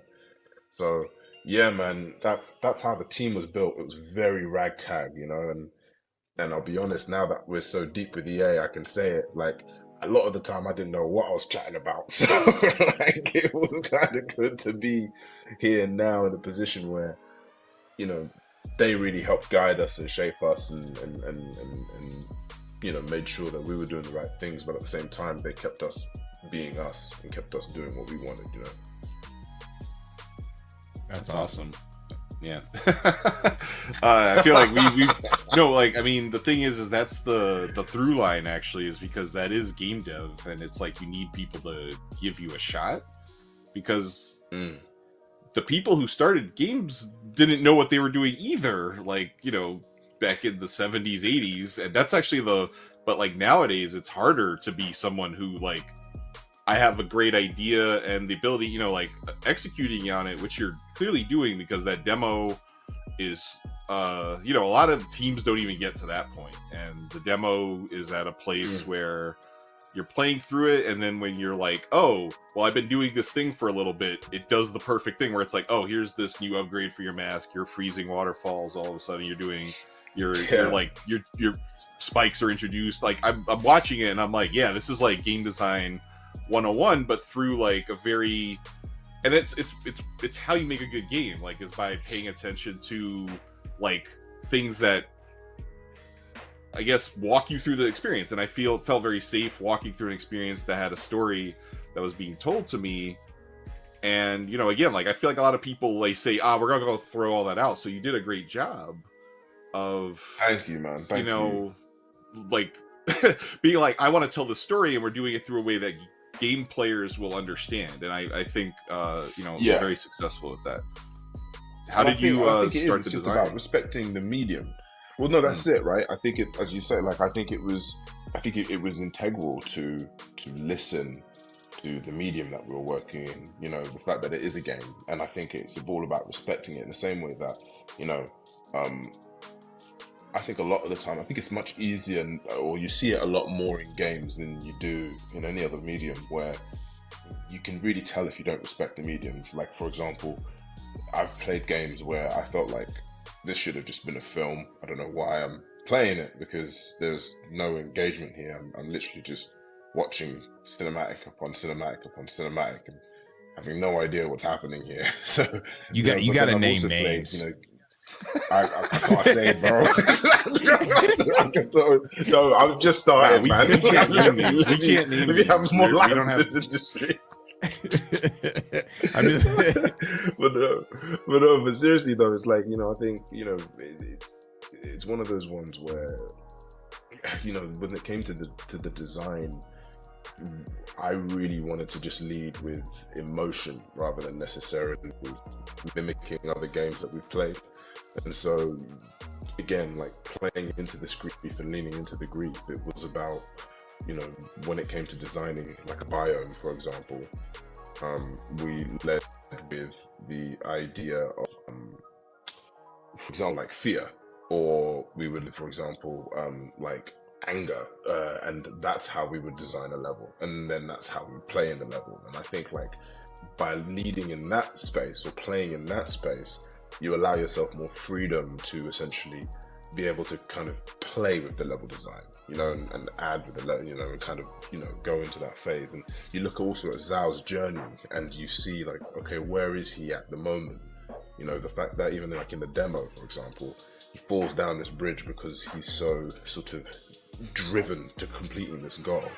He has to go back on himself and realize, okay, this isn't the way. Let me think about this. Let me go back at this. Let me stop and take my time and think about this. And by having that journey as a story, you then infuse that within the level itself. And that's kind of how we led with the design. That's cool. So I know that you're not trying to copy anything that you've seen and you're leading with emotion. What were some games that you grew up playing that informed you for like design in general? Oh man. Yeah, so games wise, I think it started with, you know, I'd say like as a kid, probably Kingdom Hearts. That was the first time I was, you know, introduced to what I felt was like quite a sensitive male protagonist. Most of the time, you know, the male protagonists we see are like these muscle-bound sort of like, you know, killers, and like you've just got this kid who just wants his friends back, and I think that to me really stuck with me. I mean, I say all the time, like if I was to play it now, I'd have no idea what the hell was going on, but you know, that's by and by. At the time, you know, it made me cry, so it obviously had some form of emotional move on me. Another game I'd say is like World of Warcraft. You know, that game was able to sort of just capture this sense of escapism that really, you know, the world was so rich, and, you know, it got me so obsessed with Warcraft as a whole, which was really cool. But I say the games that really affected, you know, this game today is, you know, one is Ori, specifically Blind Forest. I think that was able to capture an element of isolation and trying to figure out who you are and what, well, not even who you are, just where you are, which I really wanted to capture with Zhao. And then, you know, looking at Devil May Cry as well. I think, you know, the combat in Devil May Cry is so like kinetic and crazy and chaotic, but, you know, there is an element of control, which again, to me, represents grief really nicely, in the sense that you feel like you're in this storm, but at the same time, you've also got control of it. And I think like that's something that really stuck with me with Devil May Cry, that I, again, wanted to sort of try and emulate in Zhao. Something I think is funny, I was just kind of laughing before, because Kingdom Hearts is like a very black game despite having nobody black in it. Like, black folks love that game. Like, it's like, I mean, I kind of fell off at Chain of Memories, but the first one, like, had everybody on lock, like, at that time, when that came out. 100%. I don't know what it is. Like, we were all... It's such a black game. Like, Karo Tana, like, back in the day. But also, like, Devil May Cry, also, it's interesting because over the last decade or so, like, Justin was working on a character action game. There were a lot of black developers working on character action games that really loved Devil May Cry. And I just think, I just thought it was an interesting thing that I just kept seeing people being like, and this is what influenced me. And I saw it through a lot of black game developers.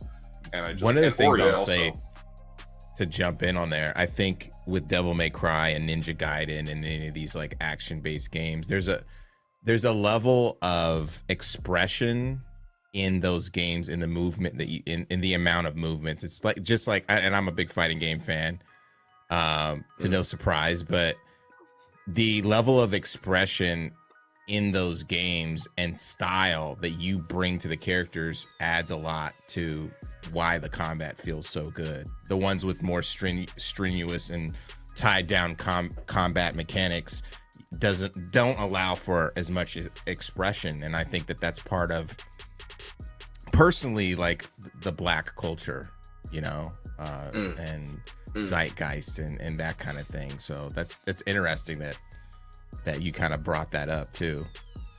And you got I saw your character action stuff with the fire mask, right? The sun mask. Yeah, man. People jumping up and starting to upgrade that. And that's it, man. And that's it. Like, to me, that's part of the fun of it all. That's part of the dance, man. And I think like that's you know, for me, it's that's what I mean by like losing yourself in the sense of your feelings. And I think you're so right. Like we rarely do. I think it's only recently now where I feel like I've been able to actually openly be able to express myself and not feel threatened.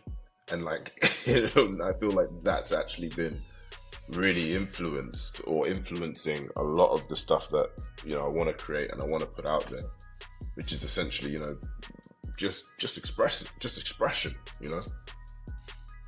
How long have you all been working on the game? Oh, now, I mean, about 4 years. Oh, yeah. Awesome.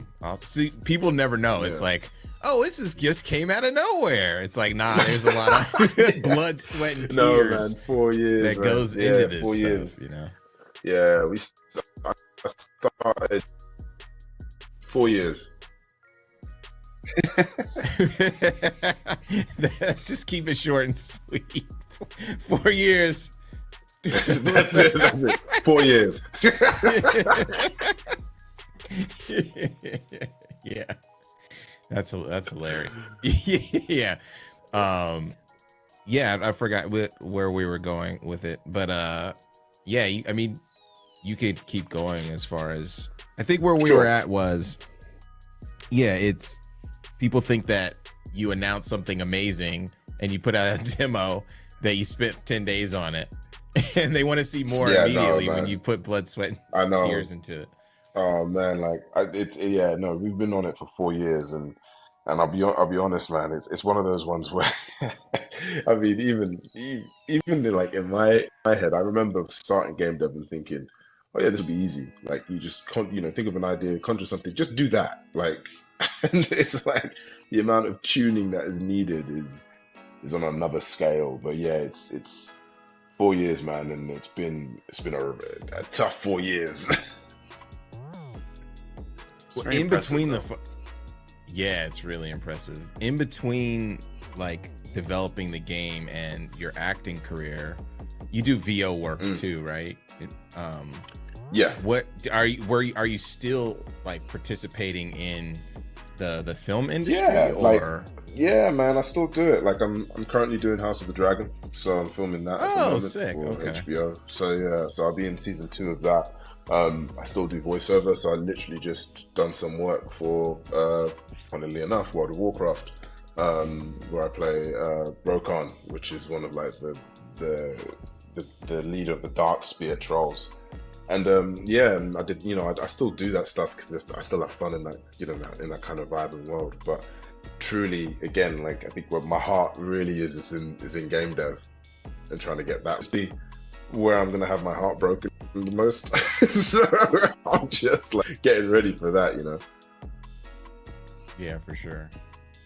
But yeah, I mean, Sean, did you have any more questions before we close out? I think this is great. I'm just looking forward. We've been trying to meet for a while, so we're here. We're gonna keep talking, and we like Black Voice and Gaming's is a great community where we're all here for you to be, because like that's like this whole community is basically like everybody shows up. They're like, wow, this is really. Everybody comes in. They're like, wow, this is way harder than I thought it was going to be, and it's just we have to have our own support group. And it's just growing, and that's what's really important. Like seeing you on stage at the Game Awards is a huge just highlight milestone. Like getting more Black folks on stage talking about their games, like extremely personal games. That's amazing. So I just wanted to say like congrats on everything. Thank you, man. Thank you. And that's the thing. Like it's funny. Like the way I see it as well. It's like the work that I've done isn't necessarily like. You should, that's it. Now it's done. I'm the Black King. Like, you know what I mean? Like, that's not the kind of vibe I don't want to go by. Like, it is literally just, the way I see it, it's like opening a door and, being, trying to tell other devs or like other publishers or other, people like, well, tell other devs, like, look, you can do this too. Like, I'm just an actor. You guys have got like years upon years of experience. You could kill this scene. And then also telling publishers to wake up, man. Like there are more stories out there that are needed to be told, and there are people out there who want these stories. And I think like that's the thing. It's we're not niche man. Like we are there, we're live, and we really wanna, there are people who want this stuff, and I think like that's the key, and I think that's something that I really want to drive and strive forward with. For sure. That's why we're all here, But yeah, tell the folks how to find out more about you and what you're building. Yeah. So you can follow me. I'm on Twitter and Instagram. You can follow my studio as well, Sergeant Studios, which is at Sergeant Studios on Instagram, Twitter, TikTok, and Zal the Game as well as on Twitter. And yeah, you can find all the information there. We post there all the time. So we've also got a Discord channel as well, which is at Sergeant Studios, where we post at the moment mainly like Tales of Kinzera stuff, but we will be posting film stuff and everything like that because the studio does film as well. But yeah, it's we're taking over, man. We're trying to make as much noise as possible. So any support will go well because, I think my aim or my drive is to give back as well as much as we can, because hey, it's a circle, man. You gotta give back in some way, shape, or form. 100%. Well, thank you so much for joining us. We're definitely gonna talk again. We're gonna chop it up again. So please, it'd be great because I'd love to talk rather than sitting on my living room floor. Cool. All right, talk to you later. All right. Thank you. Okay, we just had we just shared some dope trailers. We had our last interview, which was really good. I don't know, it's just so inspiring, Destiny, right? No, I agree. All the folks that it's ridiculous. Some of the folks I did not know that we were going to actually get to be on the show because they're just so monumental and interesting, it's great. But if you want to help out the developers, Black Voice in Gaming, be a part of the cohort, definitely check out our website, which is blackvoiceingaming.org. Check out all the developers there. Also check us out on social, Black Voice in Gaming everywhere. On X/Twitter, it is BVI Gaming. Also support us through them funds on Tiltify. We also sell merch as well. You could check that out on our Black Voice in Gaming website. All the proceeds of that go to operations and also the developers that we're working with. We have an amazing next guest. Let's get to it.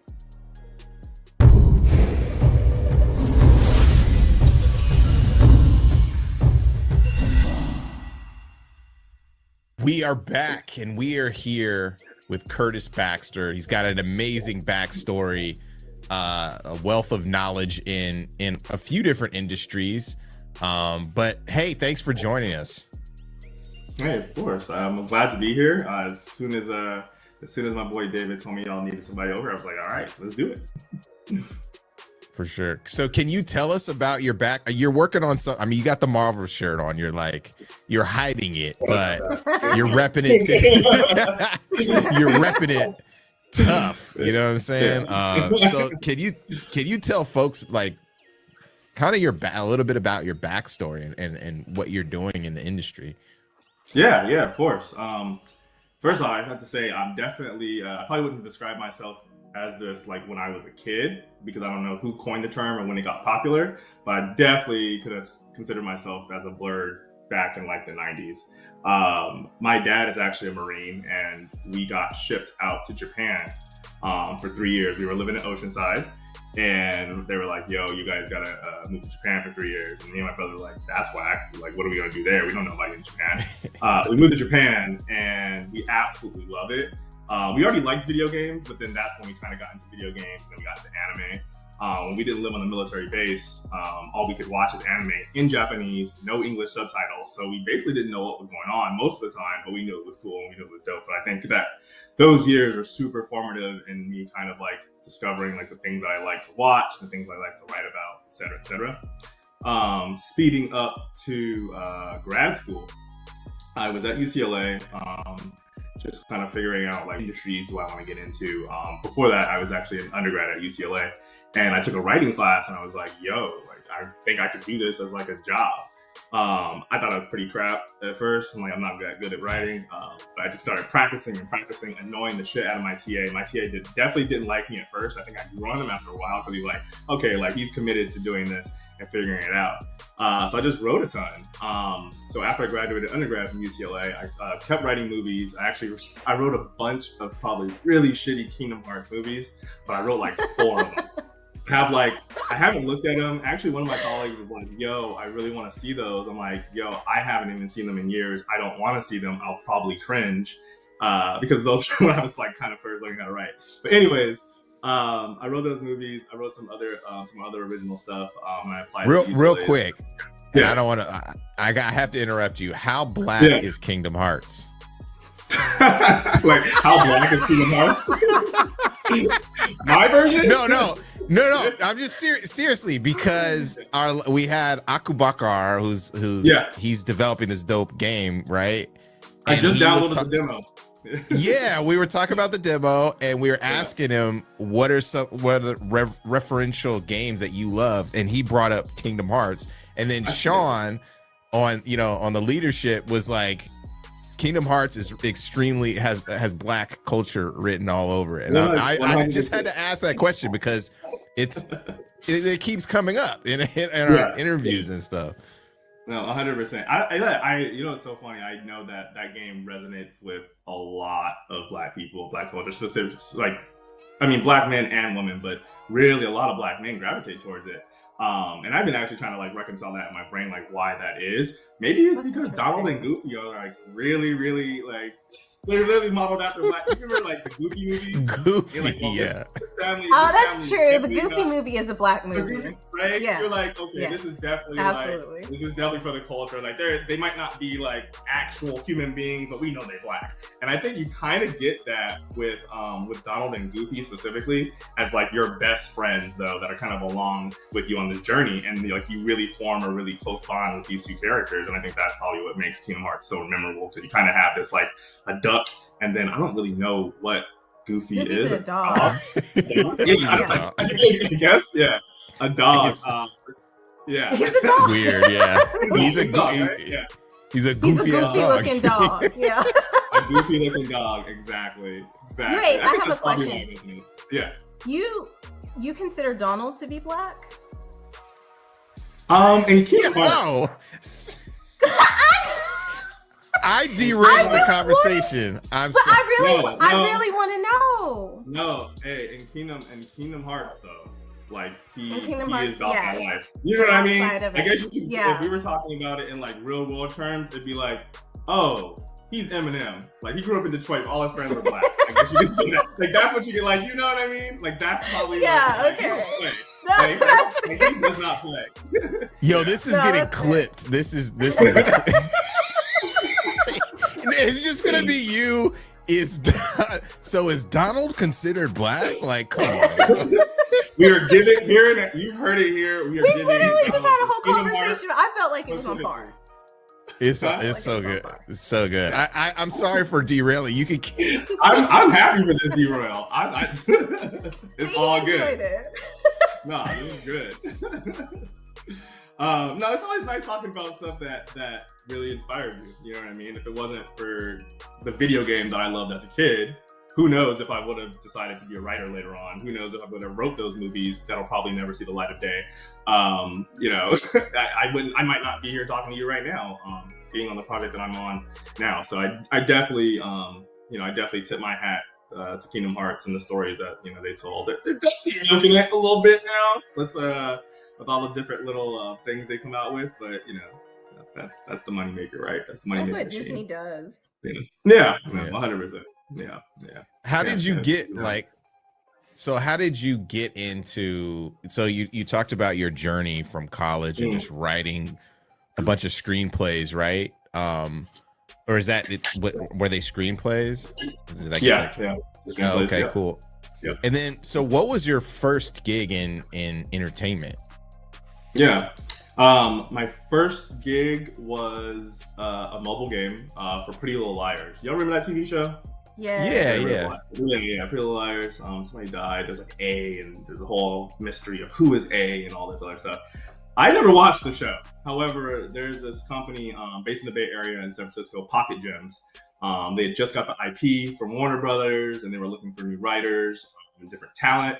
And I was like, yeah, like I could watch that TV show and figure out how to, mimic the voices of the characters. Now, I'll also say as a writer, that's probably the number one thing you have to get down is being able to write in the same voice and tone of characters. That'll be majority of all my writing out of my entire career has been based on somebody else's IP. That's all you have to know. Like, I just learned about that. Yeah, 100%. You're like, I write my own stuff, but you're going to be writing somebody else's stuff probably. Yes, exactly. When you're ever going to get the opportunity to write your own stuff. So that's definitely one tidbit I always want to say.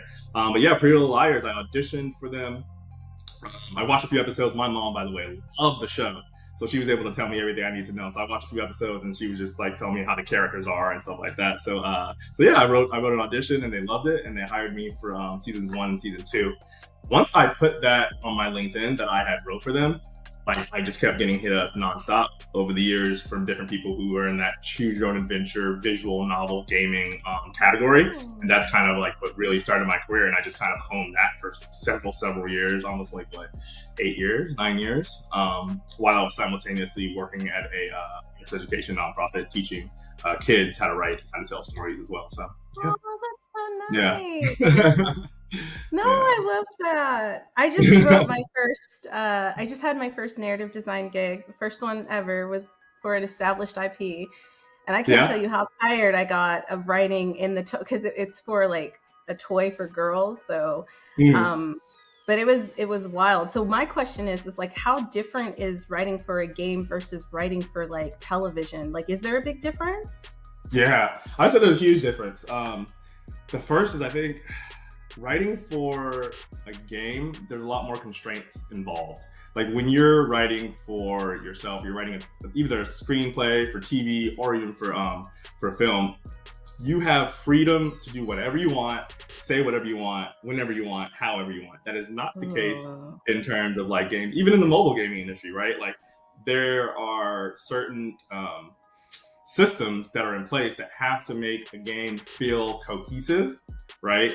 Especially with the gameplay. So it depends. Like if you're doing mobile gaming, there probably is not as many constraints. Maybe you write in a certain kind of tool. Maybe you have to use Google Docs or whatever that might be. So there aren't that many constraints in mobile gaming, especially if it's like a visual novel type of thing. But when you're talking about at the AAA level, that's where we're using bigger engines and everything has to talk together and seamlessly, right? So you have to talk to the art, you have to talk to gameplay, the engineers, and all of that stuff. And so yeah, it's pretty different in that sense. So now whenever I do go back and I write my own stuff and I write my own screenplays and stuff, it is nice sometimes to be like, okay, all I have to do is worry about like what's being said, what's being shown on the screen, and that's it. Not necessarily like, can I even do this particular thing? But it's nice because now you kind of learn these different skills that really do transfer over. I mean, like I've learned so much in the time that I've been at Electronic Arts, and it's nice to have a team who's like shipped games together. That really kind of helped me along with like on my journey. So yeah. When you're at Electronic Arts, are you like writing by yourself or do you have a team? Like I had to write everything by myself and that was really hard. That's a lot. That's a lot. Yeah. It was a lot. No, we have a team.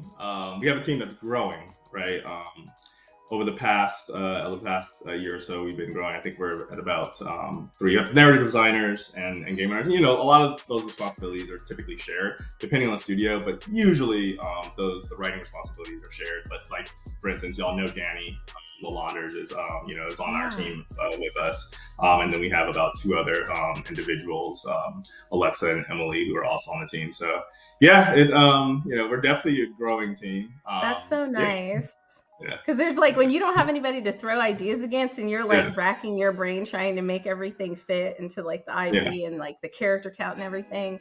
It was a learning experience. Oh, I get it. You get it. Did you like, I'm interested to hear like, in terms of like, if you're just the one writing, how are you getting it signed off? Like who's signing off on it? Because I know sometimes when I write something, it might not sound the way I think it sounds on the page to somebody else. So when you have somebody else that either is signing off on it or another writer, like this don't sound right, or this sounds great, or we can fix this. Like, how do you navigate that?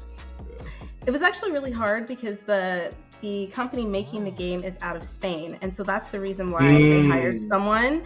And so and then it had to go, because it's an established IP, a lot of it had to be approved by like the main, to make sure it still fits within the theme. So there was a lot of like back and forth, and like what kind of slang you could use and what you can't use and things like that. So it was a tedious like 7 months, but I really appreciated the opportunity to like learn that. And actually that was thanks to Justin, because he actually put me in contact with someone because I wanted to get into narrative design. Nice. I forgot about that. Got a lot of stuff going on, I totally forgot. I mean, I know you were doing that, but I forgot there was a thread. I mean, that's awesome. But yeah, that kind of goes into my next question. How does that work with? I was a comic book head. Still love comic books. I read like, old compendiums and stuff like that now, and like look at the the YouTube channels where they just go over stories and stuff, page by page, that kind of thing. How is the review process to get the voices of the characters? How does that work in relation to like Marvel Studios or Marvel Comics? And is there someone from that ilk or from the studio that is actually like reviewing this stuff? Yeah, that's a good question. I could probably speak more to like my experience in mobile games.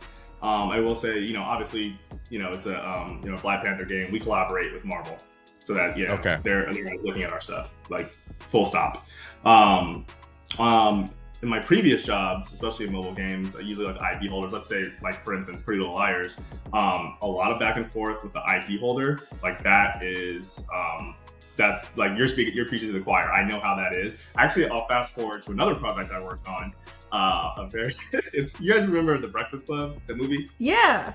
Okay, I wrote on that mobile game, and boy, let me tell you, the way that the IP holder, I think it probably was Universal, I want to say, wouldn't let us do certain things, which is interesting. Like we can't make canon characters gay. Like we can't do this, we can't do that. Like some IP holders are really, really stringent about what you can and can't do, or what you can and cannot change.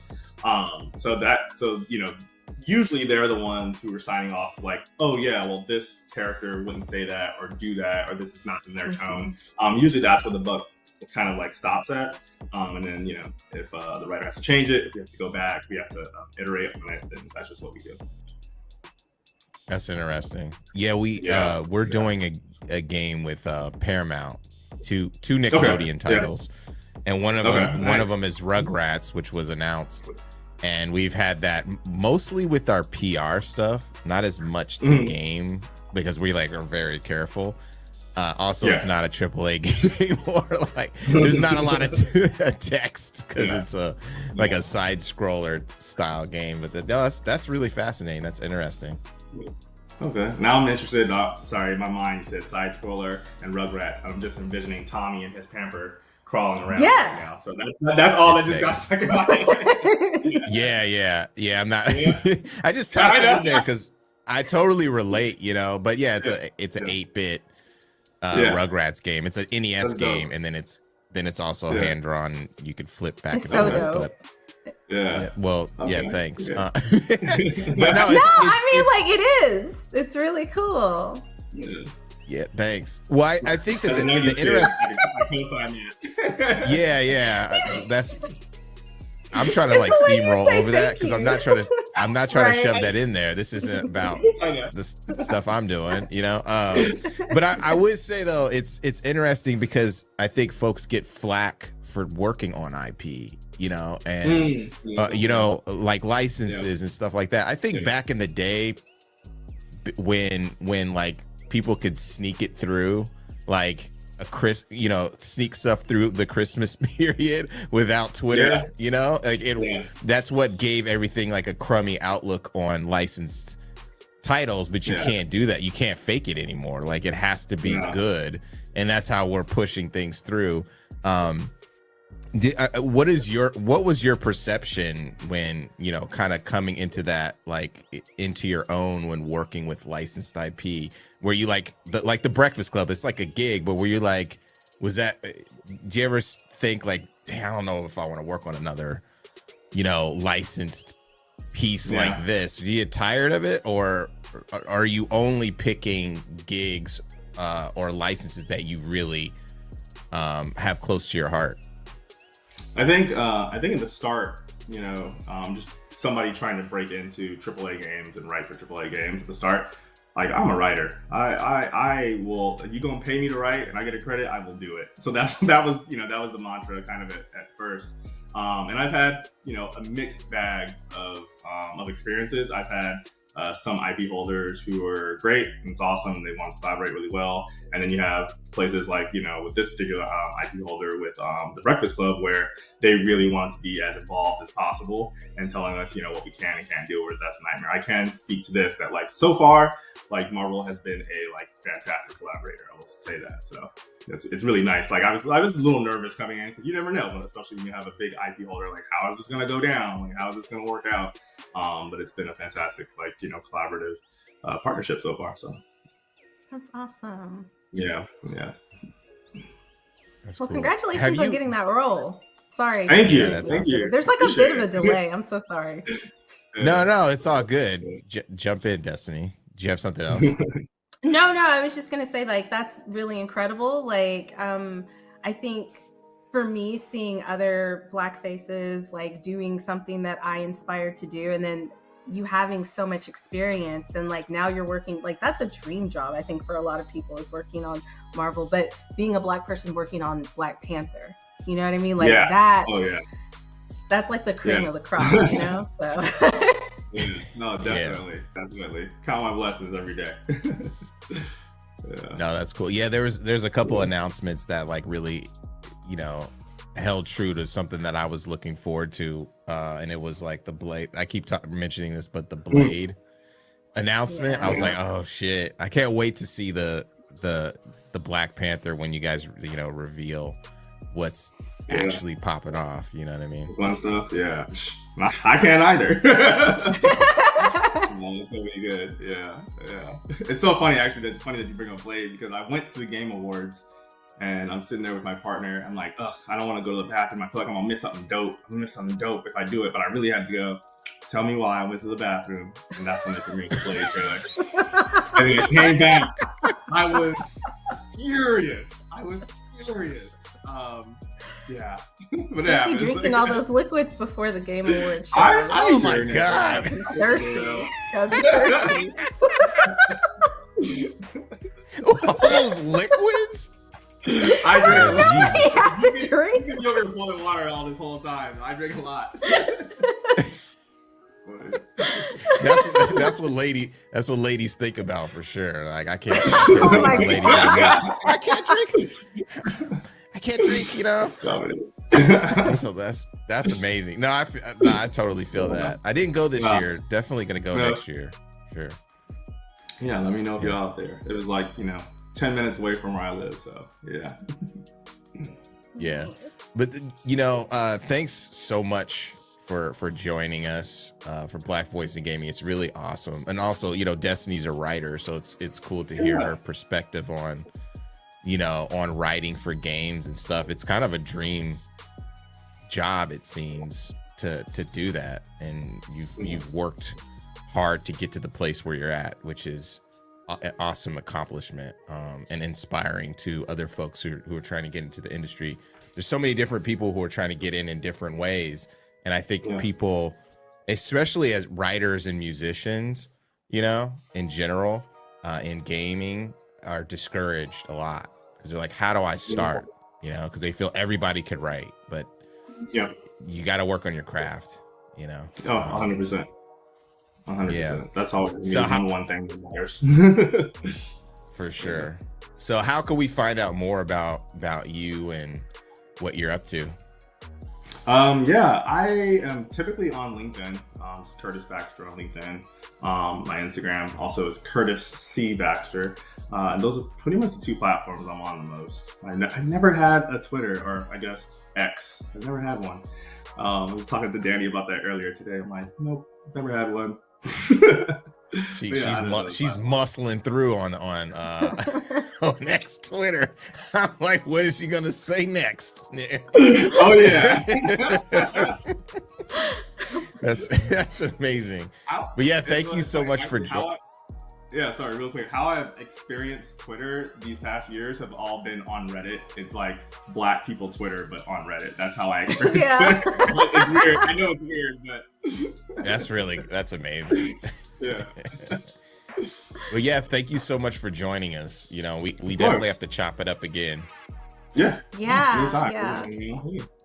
It's so awesome to see all the amazing talent and hard work that goes into all of the developers from the BViG. But guess what? We have to end it somewhere, folks. So that's the end of our show. We'd like to give a huge shout out to our partners for today's showcase: PlayStation, ID at Xbox, Raw Fury, Razer. Also, we have Brass Line, who have been amazing to work with us here. And of course, also, I forgot Netflix for teaming up with us for the accelerator. That has been an amazing partnership as well. We also want to thank the man on the ones and twos, Tracy. Thanks for jumping in for sure. And the mix team, who has always helped support. We built it through the mix, and now it's become its own entity. We want to thank our broadcasting partners, Twitch, IGN, Steam, and GameSpot, as well as Valve. And don't forget to go to the Steam event page where you can wishlist the games, purchase the games that are available, play the betas, support the devs. Awesome. One of the amazing things about Black Voices in Gaming is that it has gone from a showcase to a nonprofit. So everything Justin just said, yes, grab your phones, snap that QR code, and donate. It doesn't matter the amount, any amount will help. We're all here trying to support these incredibly talented people.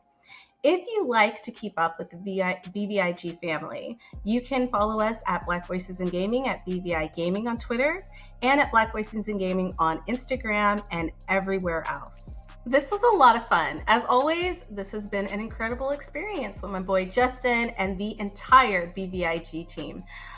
I hope you guys enjoyed the show and that you found some games that piqued your interest. As we continue to grow and uplift Black creators and developers in the game space, we hope you will be there along for the ride.